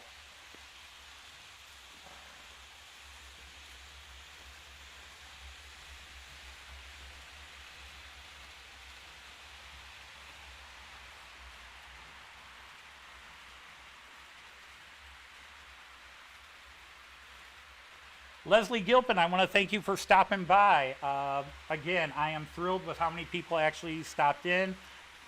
Certainly I didn't announce this. I was just messing about, and 4 of my very good online friends from Christopher's chat were immediately here, and then everybody began filtering in.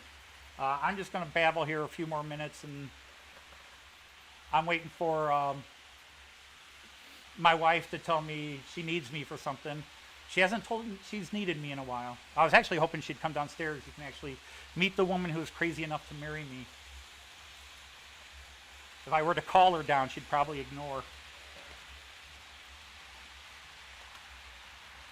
But she actually will be. Which model of Neuschwanstein? Where do I have it?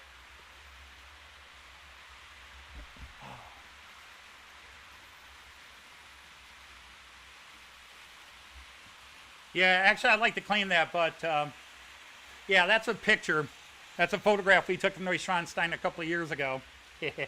Well, no, last summer, in fact. My wife took that picture. She's a very good photographer. Yeah,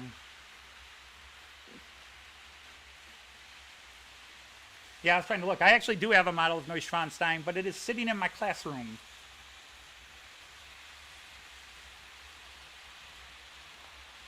Well, David, I don't know. I mean, sometimes it's a little bit of luck. I do not consider, and I'm not looking for compliments.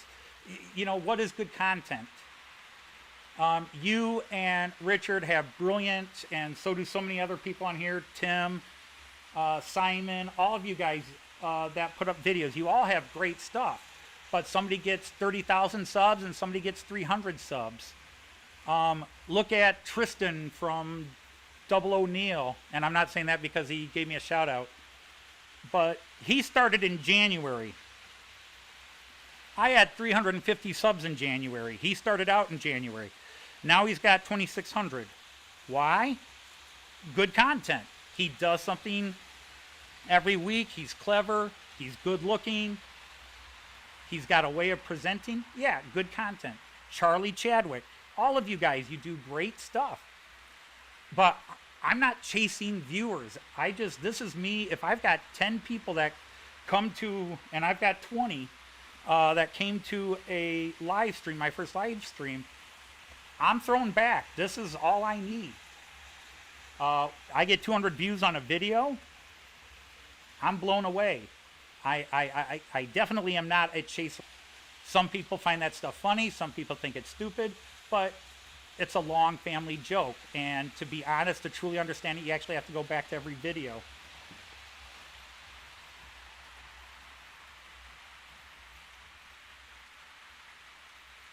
Oh, okay. The drawing is the one-time castle in the city of Delmenhorst. It doesn't exist anymore. It was torn down in the 17 and 1800s, but it is artist rendering I liked, and so we bought what do you call it, a lithograph or just a sketch of it that I want to put in a frame and hang down here.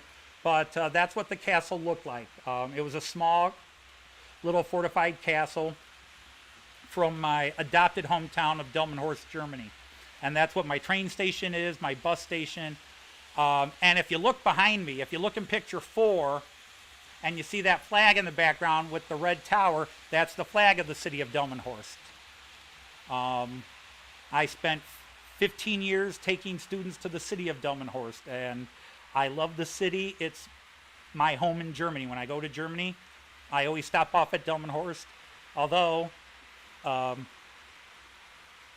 probably the 3 people responsible for me going to Germany and for me getting into trains have all died of cancer within the last 5 years.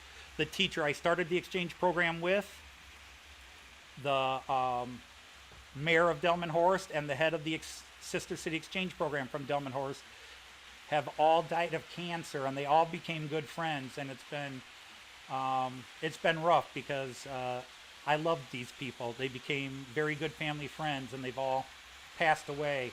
In fact, of all the people who originally started this exchange program, I'm the only one still alive.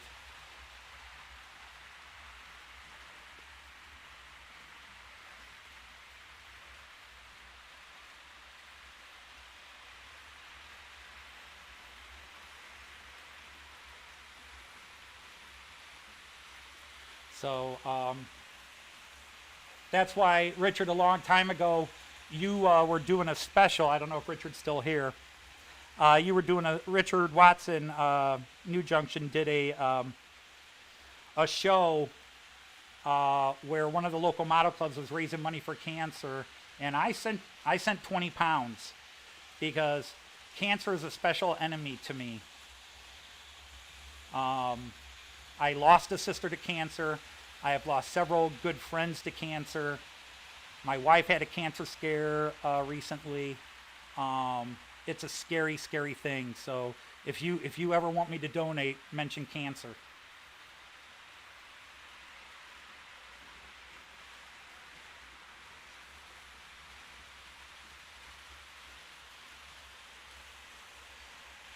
Well, that's true, David. If I really wanted to grow my channel quick, I'd put my wife in a bikini down here, but she won't do it. I was like, honey, we could get to 1,000 subs and start making money on it. She won't do it. I've tried. Although she has agreed, she will be appearing in a special video that we will be releasing hopefully within the next 2 weeks. I'm not going to say anything more than that. It was going to be the episode of Model Train Outsider 40 that I just posted, but as we were kind of writing some of the script, my wife started adding ideas and it grew into something crazy, so we're just going to do it as a one-off.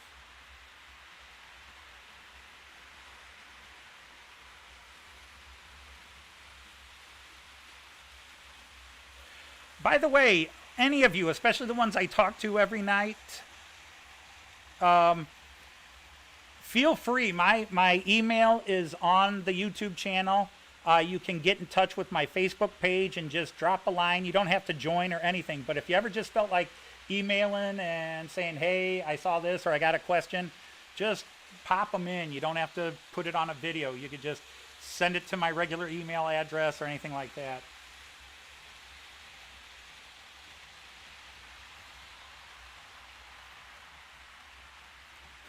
Antonio, sorry. I have a reputation for not staying on task. Talk about American trains. I'm here to talk about everything. What are my layout plans? To someday actually finish building the downtown area of Delmenhorst. Because my hands and the arthritis are so bad, I just can't custom build anymore, so I'm looking at getting a 3D printer. I would rather do resin, but they're more expensive, and I don't like the idea that they're toxic, so I'd have to put it out in the garage, which wouldn't be the easiest to do. But I am going to custom make several very specific buildings from the city of Delmenhorst, and that will be the left side. Again, I will keep quiet so you don't hear the bad sound. For anybody who's new, let me show you the layout. I can't talk on this because the audio comes out so horrible.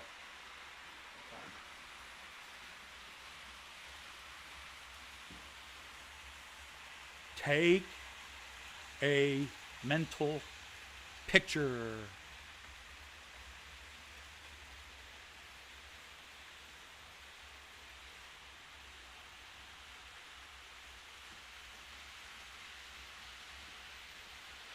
Now, if you took a mental picture of that image, the left side, the bigger side, that's going to be the city of Delmenhorst.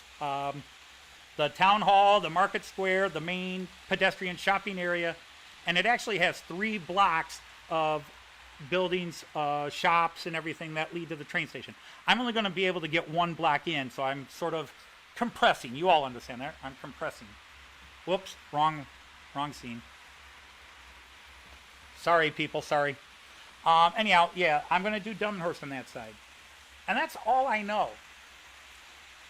The other side is eventually going to become the Bremen, which is the big city near Delmenhorst, will become the Bremen station and probably part of the Bremen thing. I will not have cool scenics. I'm not going to have a gorgeous mountain range and fields. It's just going to be a giant train station on the other side. And then my trains run back and forth between Delmenhorst and Bremen.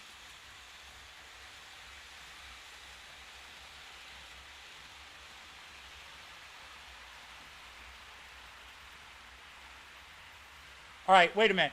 Even on this page, the sound was okay. The sound is okay here. Just somebody type in yes.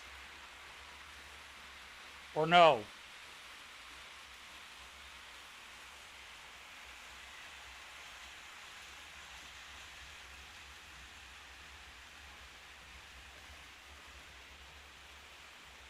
So I'm not coming across warbled or sounding like a parent in a Charlie Brown cartoon.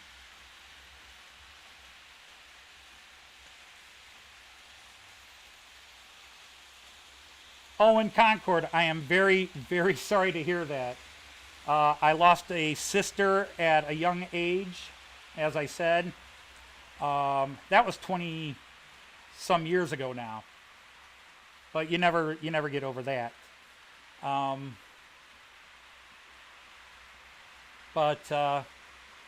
Yeah, the German teacher that I started this exchange program died of cancer in 2014, right before we got to Germany. Mrs. Groten, the mayor of the city at the time the program started, who became a very close friend of the family here. And her daughter was a partner with my daughter in the exchange. She died of cancer also in 2014 while we were there. Talk about a double whammy. And then Heinz Groten, her husband, who was the head of the exchange program, he died December 23rd of 2019. He just passed away in December there, right before Christmas, of cancer, brain cancer. And one of the coolest things is he was a great guy, and when he saw me getting into trains, he was a big ham radio operator, shortwave radio operator, and his house was filled with shortwave stuff. But apparently, taking him to Miniature Wonderland and talking trains a lot, he started playing Train Simulator the last year and a half before he died. And the last time I saw him in June before he died, he was already in hospice. He demanded his kids bring the computer in when he heard my wife and I were coming to see him. He had his computer brought in, and he wanted to show me everything he was designing on Train Simulator up to the point he was dying. That's, I don't know, is that a stupid memory or a happy? I mean, to me it's a very funny and happy memory. Well, welcome back, Great Western Railway, the man who refuses to give it out a real name. All right, David, thank you for stopping by if it's not too late. I am so past the days of putting my kids to bed. Don't miss those days. Although I do miss the kids when they were little. I really wish I had gotten into this when they were little, because when I'm gone, none of my kids are going to take this train set. This layout is, they'll sell it, I'm sure.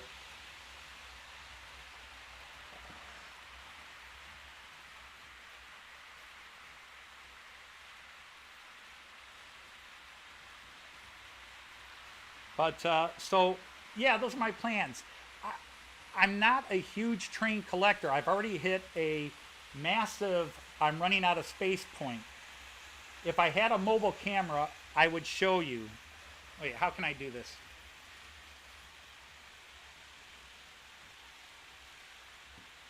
Well, I'm going to try something crazy. Let me see if you get this.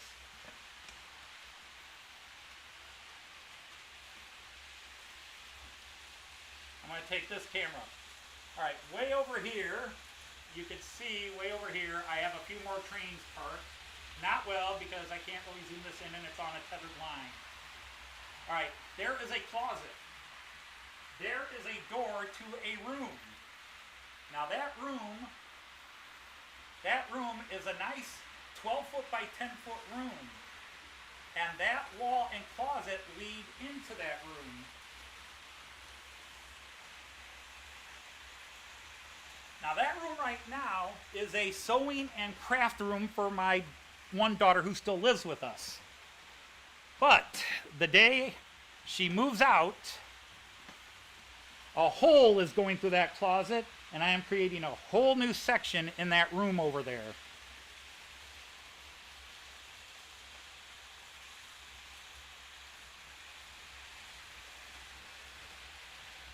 So I don't know if you caught all of that, but yeah, there is room for expansion. And yes, someday I will create a tunnel there, and then I'll probably build something that looks like the Alps or something in that workroom. But that's when the daughter moves out.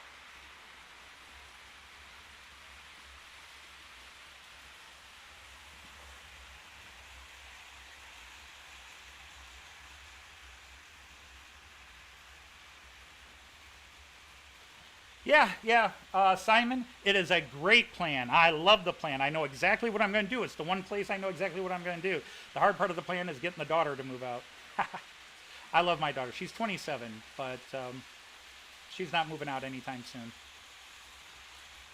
And it's not like I'm pushing her out. She has been having trouble finding a job in her field, and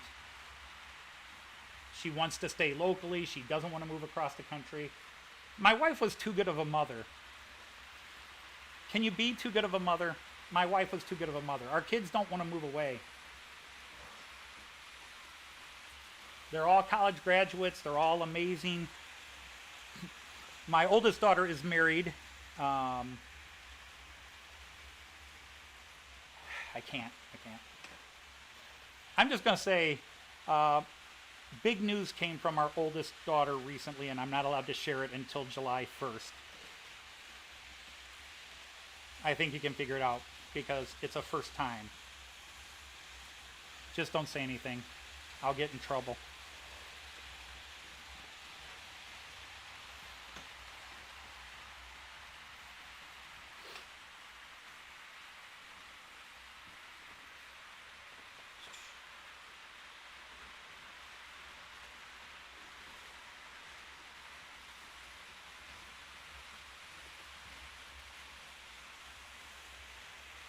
But the flip side, if there's, quote, a negative to this layout, is although it's relatively easy to change a couple of trains out, I have all the tracks busy. I have 6 drivable lanes, and I have trains on all of them. So if somebody says, hey, why don't you show us parking a train and pulling another train out, it's a little more tedious to that, and so what I do is I just change trains when I'm in the mood and do it. I don't have the changes. I don't have the interchanges and all that because I build first, think about it later. At least with trains, it's the exact opposite the way I work in everything else in life. But yeah, when it came to model trains, I'm build first. All right, let me show you some of the views up close. Again, I don't know if the volume will work. This is up the ramp.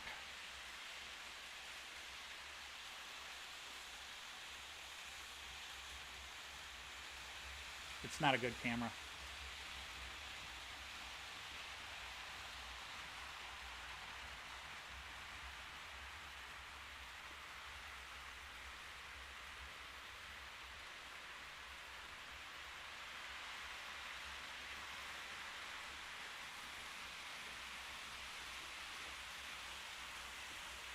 So there's that view.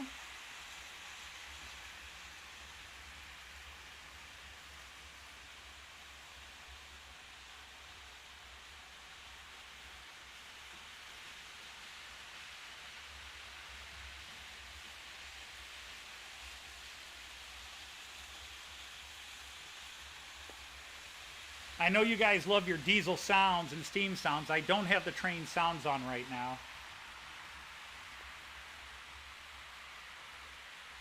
This is called the 11-lane view because there's actually 11 lanes going across here.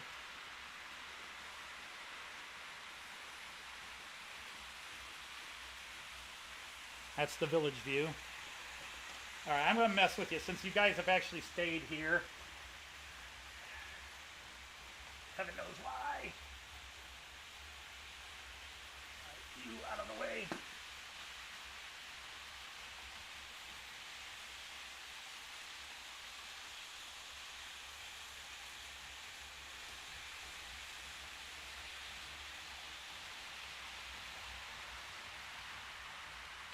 Okay.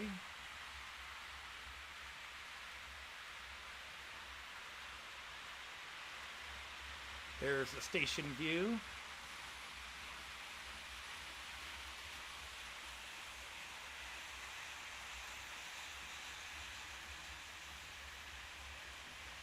Coming at you. All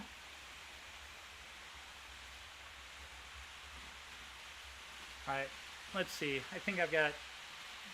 I don't have all the passenger cars lit up, but I want to do something here. Let me make sure.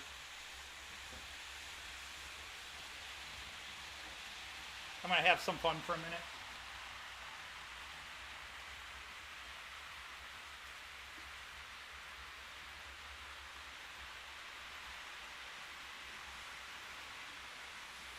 Uh-oh.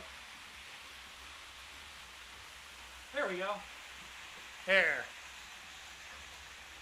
It's nighttime in Delmenhorst. Let me get all the views up here. And let me get some lights on here.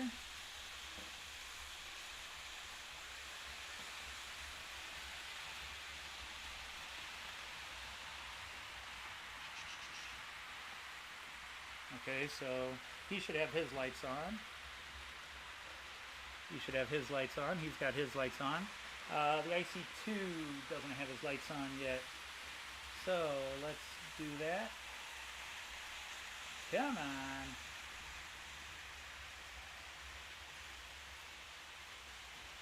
Where are you? Where are you? Where are you? There you go.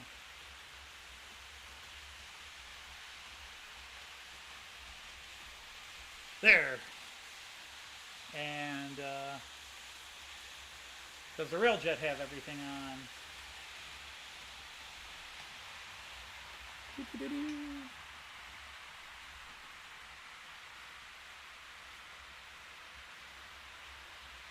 Yep, now they're all okay. So there, everybody's lit up for a second.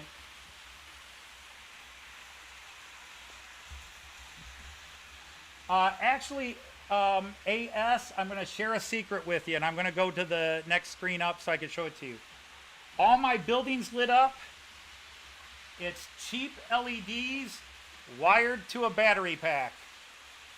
These are, you guys would call them fairy lights. In America, we call these micro ones fairy lights. But, camera, there you are. It's just a little battery pack and wire. Nothing computer about it. Nothing computer. See, I ruined the illusion. I could have made myself look smart. But, yeah, all the lights you see on here are just temporarily wired to battery packs that I have on my table here, and I can just flip them on and off as I want. I'm very pleased with it, don't get me wrong. I think it looks cool. My station especially. But if you really want to see the bus terminal and the train station lit up, go to episode 37, because that's where I put it in its grand 4K display.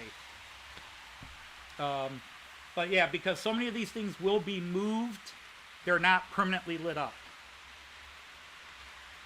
All right, Chris from Hales Heritage Railway, thank you very much. Always nice to see you. You got to tell me how you do all your cool effects on your videos, because I love it.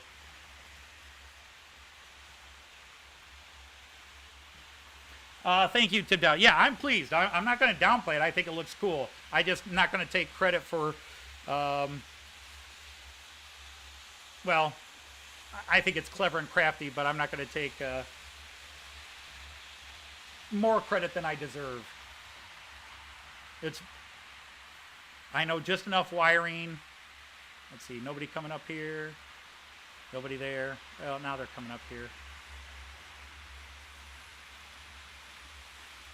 Now, like I said, I could turn the sounds on, but it would drive you crazy. It's actually not too loud here, but anytime I do it on the microphones, it's hectic. Let me see. Let me do a couple here just to demonstrate.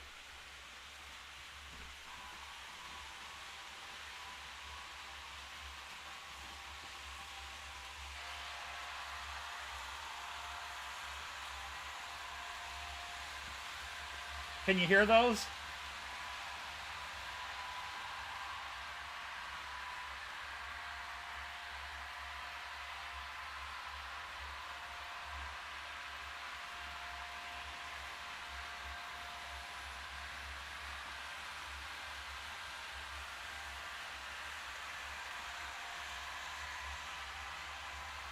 Well, I've been using OBS for months for my videos, but it's the first time I've done it as a stream. So, yeah, considering people are understanding me, yeah, I'm very happy. All right, I got to turn those sounds off.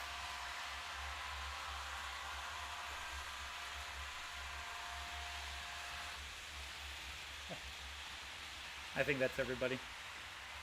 Yeah. I'd even turn everybody on, but...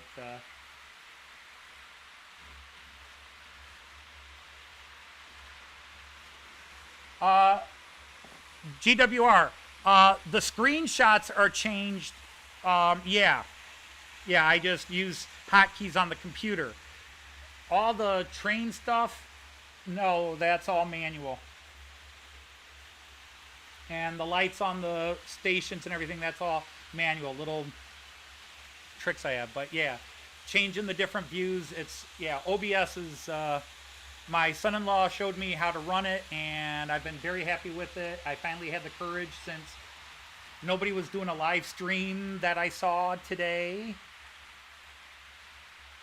I didn't want to do it on a Tuesday and offend the MRYCG Tuesday trains or whatever. And I certainly didn't want to get in the way of Tim or anybody else today. But everybody ended their live streams early today, so I said, hey, what the heck, I'll give it a try. And you people all blessed me by showing up. Well, hello, Ali from Wardle Road. How are you, sir? Okay, I'm going to go turn the lights back on, but I think the night view in a couple of cases is pretty cool.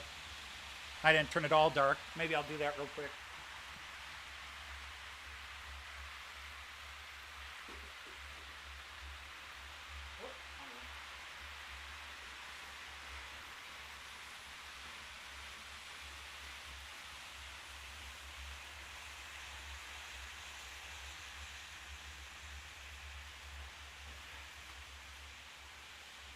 Okay, Anthony, you've only lived here 30 years and you still screw up the light switches. Ah, well, there it is.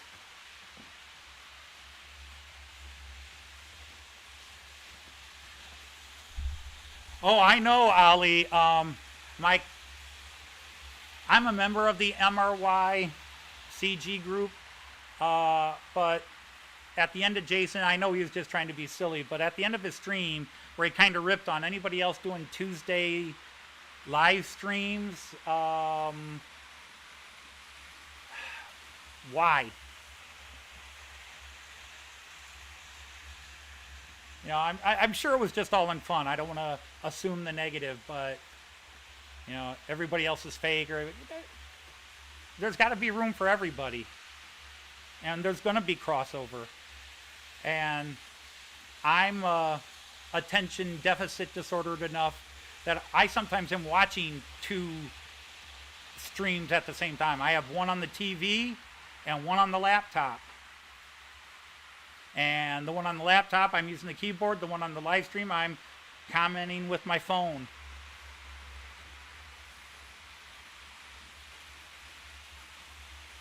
Hey, Flymo Chairman, another one I'm very pleased to see. Of course, I'm pleased to see everybody here. Oh, I guess I'm sure it was, but you know what? I don't care. There's room for everybody, and if we cross paths, you wave it off. I mean, you know, Tim did us all. I don't know how you guys all feel. I'm just going to say my opinion. Tim at Family Model Railway, when he started going every day, I had been out of work for a few weeks. I had to do online teaching, except my students don't have access to online learning. So what I had to do was spend hours of the afternoon and evening teaching, filming myself teaching my lessons, German lessons, and posting them. And that was my life. And I had the injured back as well. And Tim going live every day was the most wonderful thing because it broke the monotony. It broke the... I looked forward to it because you could break out and talk to people when you can't go down to the pub, you can't go to the restaurant, you can't even really hang over the fence and talk to neighbors. It was a godsend, and I met so many amazing people and joined so many channels I wouldn't have joined because of Tim's streams. What he did was awesome. And then you, Ali, you started and yours were fun. Okay, you had that one that was off, but hey, we've all forgotten that. Wink, wink, wink. So anybody that streams, if I'm free, and I'm free a lot right now, I hop in. If you're going to take the time, I'll take the time.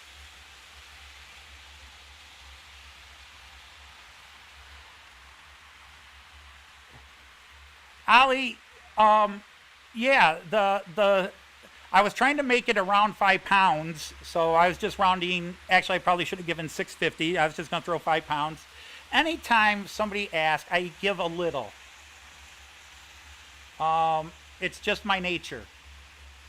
That's why I've encouraged people. But I know with Super Chat, if I give you 5 pounds, you're going to see what? 57p? That's why I had to laugh when Tian gave you 99p there. She probably should have driven over and handed it to you, and you would have made more money that way.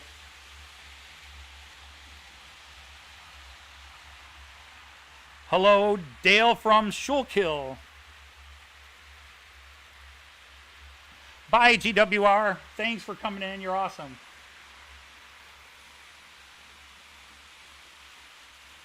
But, you know, that's why I encouraged Tim. I mean, now he wound up selling his pictures and making a lot of money there because, let's face it, Tim takes extraordinary pictures.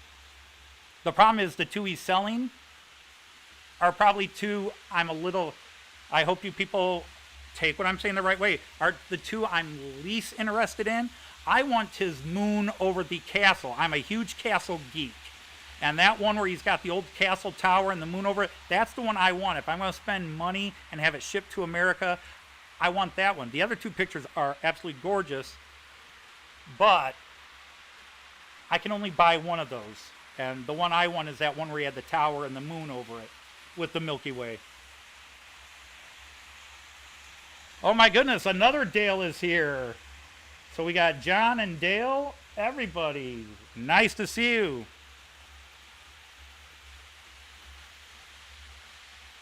And Jerry, hello.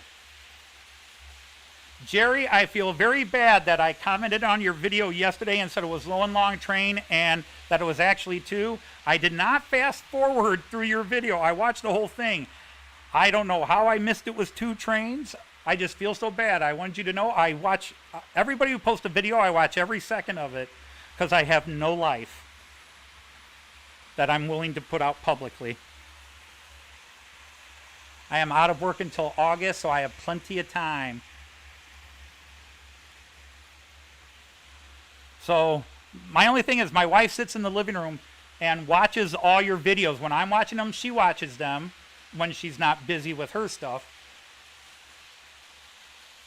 So she's actually learning a lot of you So if I say, yeah, I was in Christopher's feed, or I just saw Jerry's video, she's learning you all. So she now knows your voice, Jerry.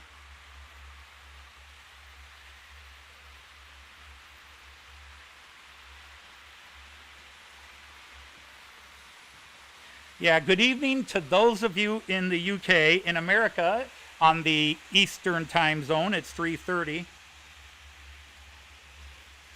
in the afternoon. So if the world ends tomorrow, you in the UK will be ahead of us. You'll know it before we know it. You be safe, Great Western. Love to see you every time, and I hope to be in Christopher's stream later today.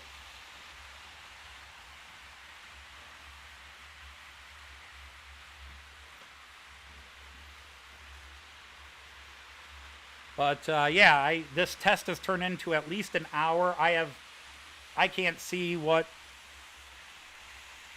long I've been going. I still have 16 people here. I would offer you beer and drinks, but I don't have enough for everybody. So just pretend I did. Buy whatever you want.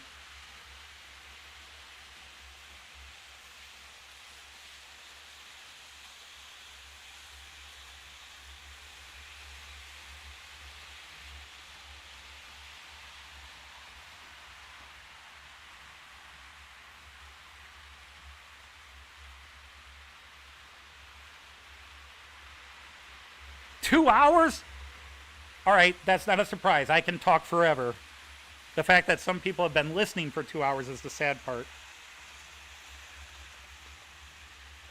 But I had nothing to do today except watch streams, and since nobody had a stream, I thought I would give it the old college try.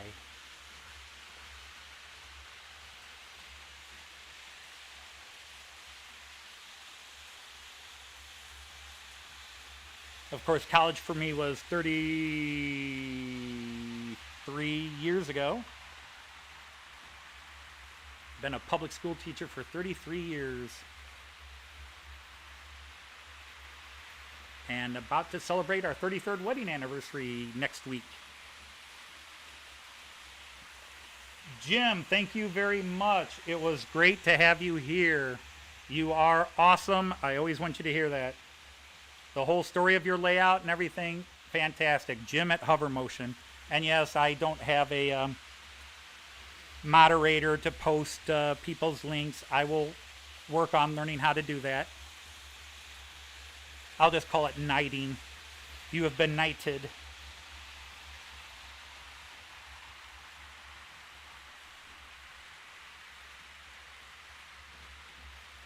But yeah, if you have any questions about anything, train or not train related, that you want to know, feel free to ask, talk amongst yourselves, whatever. Guys, I talk for a living, so I can go on forever. The only thing you won't see here is the Ghost of 2015.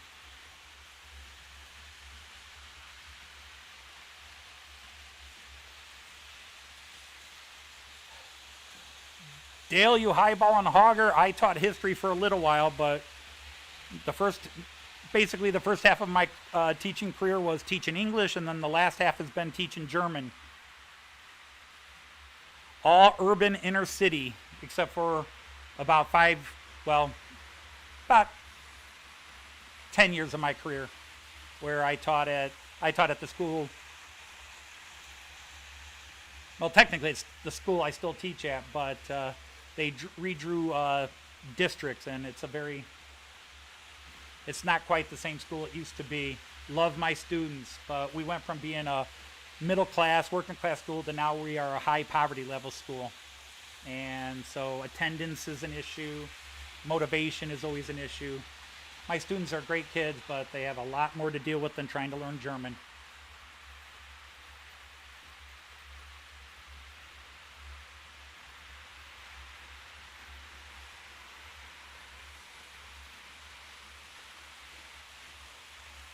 Let's see, is there...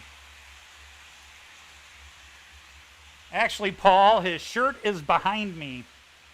That's actually going to be a joke scene in our little video we're hinting at that my wife's going to appear in. But if you're ever going to understand our video, you have to know the show The Dead Files with Amy Allen. Let's just put it this way. Amy Allen from The Dead Files is going to be visiting this house to deal with the ghost of 2015. That's the teaser. The script is written. We're just trying to find a couple of people to help with a couple of scenes.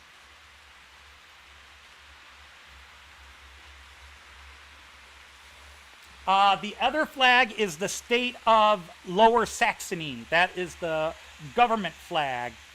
The city of Delmenhorst is in the German state of Lower Saxony, or as it's called in German, Niedersachsen.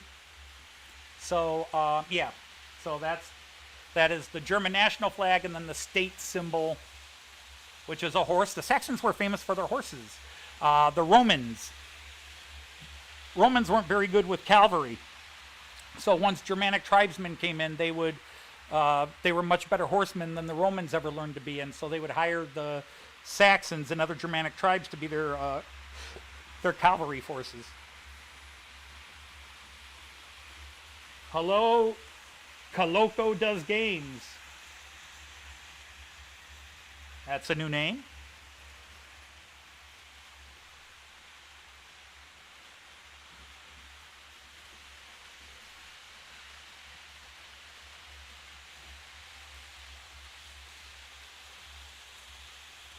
So we'll just flip through some of the scenes again.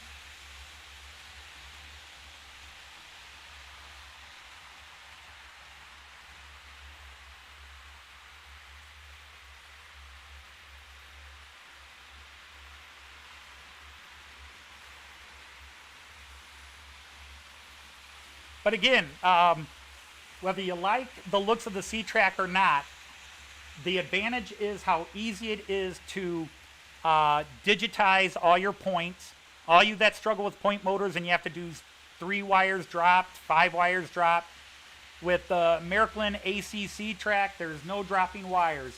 You stick the motor, you stick the decoder right under the track, you plug it right in there. The signal runs along the rail straight to my control system, and if I want to open or close something, I just hit a button on my decoder or on my control system. Bam, bam, it's that easy. Well, thank you, K-Loco or Ka-Loco. You'll have to tell me if it's A or A. Ka-Loco.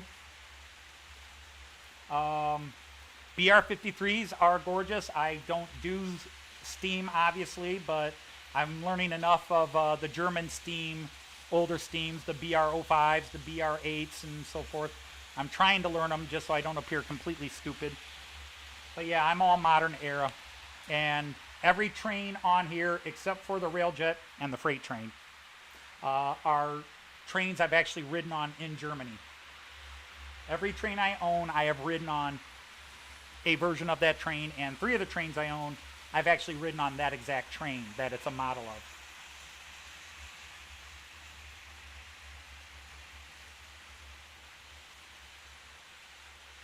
Okay, so Carlo, so it's Carlo.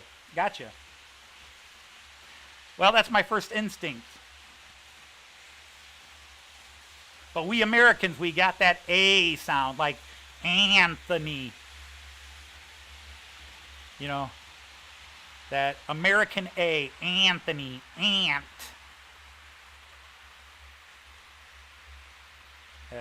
American English, eh. But I do foreign languages, so when I see an A, my first instinct is ah. In Germany, I'm Anthony. I'm Anthony. In England, I'm Anthony. In England, I'm Anthony.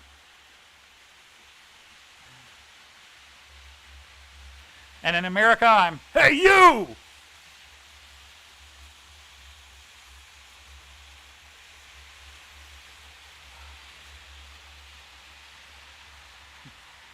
Yeah, it would be interesting to ride on a freight train.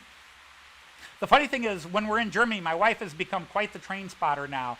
So she sees anything, oh, honey, what's that loco? Or, honey, is that a BR-146? She's become quite the train spotter.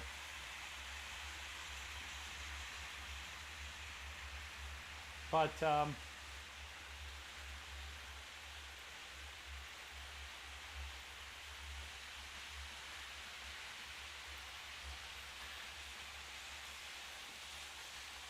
Yes, indeed, Tim Dowd. Or the TH becomes an F. 3, 4. I was thinking, what's the matter with you?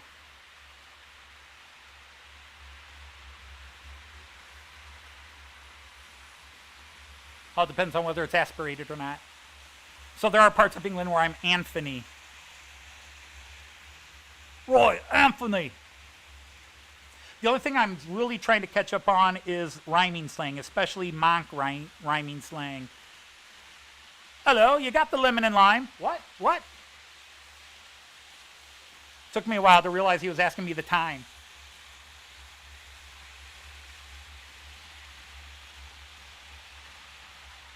Well, when I was a kid, I loved, like I said, I loved languages as a kid. I had a neighborhood where people spoke, and I just loved it. I loved every language. We had people from all over the world in my neighborhood. A relatively poor neighborhood. I had the Scottish librarian at school. There were Germans in my family. There were Jamaicans and Puerto Ricans. So a lot of different Latinos. I learned to understand where a person who spoke Spanish was from by how fast they spoke it.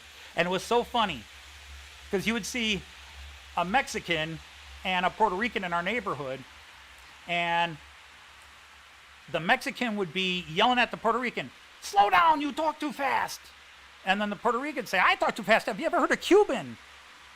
And I just love that stuff. A lot of the kids in my neighborhood made fun of all the kids with the accents. I loved it. I wanted to hear it, man. Speak it to me. I love different languages. I love people that are different. And so I also learned to mimic, but I also grew up a Beatles fan. So as a little kid, I was always doing, "Oh, this is Ringo, GF5, trying to work on that Liverpudlian dingle accent.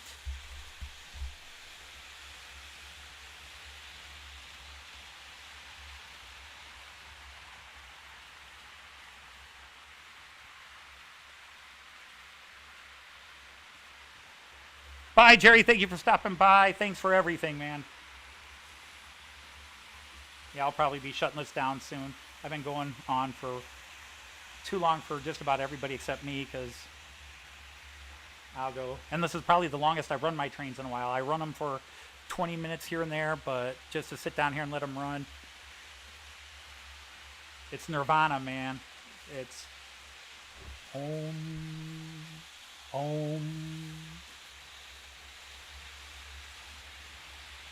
Whoops, wrong view. Om. Lama lama lama om. Hey.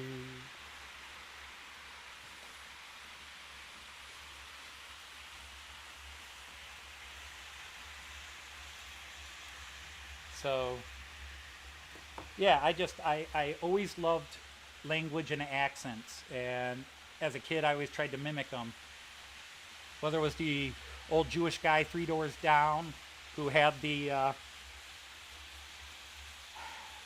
I think I got an education really early in life, because one neighborhood I lived in 3 doors down was a Jewish gentleman, and within 2 days of, well, how do you explain it?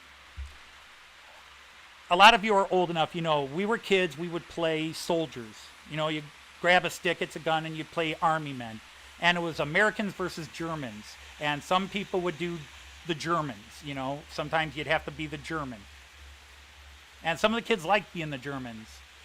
And this one jerk in our neighborhood, whose jaw I actually broke at the age of 16, he was quite thrilled to be playing a German and loved doing the Nazi salute.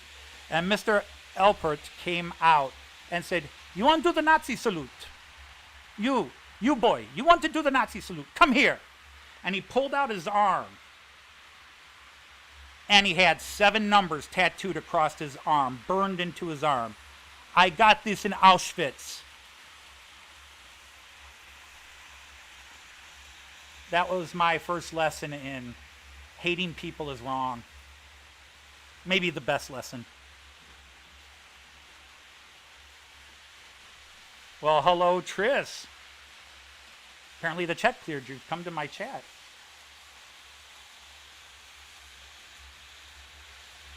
And and I grew up fighting between the ages of 8 and 18. I was literally in hundreds of fights, and probably lost the vast majority of them because usually my fights were me against 3, 4, 5, and you can watch all those Bruce Lee movies. But you ever notice that when Bruce Lee is taking on 30 guys, only one guy comes in at a time? That's not how the neighborhood works. I was stabbed twice by the age of 16, so hate is just too... I just don't understand. I understand hate, I guess, but I don't like to fight with people. And I fought with people, and I don't like it. I'd rather be a hippie, peace and love, and we all get along, but sometimes you have to fight. I'm sorry, I'm playing psychologist here. Doctor, what do you think my problems are? I don't know if it's a cool story. It's just what you live with. So if some people think I'm too nice, well, I've been on the opposite side. So I'd rather somebody think I'm nice than what a douche. I'm sorry if your kids are watching. Douche is German for shower. Okay, that's all it is. All right, thank you for stopping by, SRV. Because, yeah, I know a couple of people just came in. You guys all have seen, and I will try this again someday, maybe work out a couple of bugs, because this is my first time trying it. And I am thrilled that so many people stopped by. But, yeah, thank you for supporting my channel, everybody else's channel. And we have all kinds of crazy videos because I'm not going to do serious stuff. I can't do the serious stuff anymore, but I'm slowly getting there. And your response and talking to you guys everywhere when I talk to you after your videos. Some of you, you just, yeah, thanks, Anthony, goodbye. But, you know, that's all you got to do. Or not even that. You don't have to respond. But I do enjoy all your videos, and I enjoy seeing you people in all the chats. But I think my wife is winking at me and telling me it's time to maybe do something else, because I'll be going to Chris's channel later today in an hour or so. So I'll let somebody else talk because I have bored some of you to tears for too long. So what I am going to do is say thank you, everybody. I hope you enjoyed it. Hope I didn't tear your ears apart because I haven't stopped talking. So all of you, again, take care. Thanks for stopping by. And I'll say it in German. Auf Wiedersehen. Bis dann. Tschüss.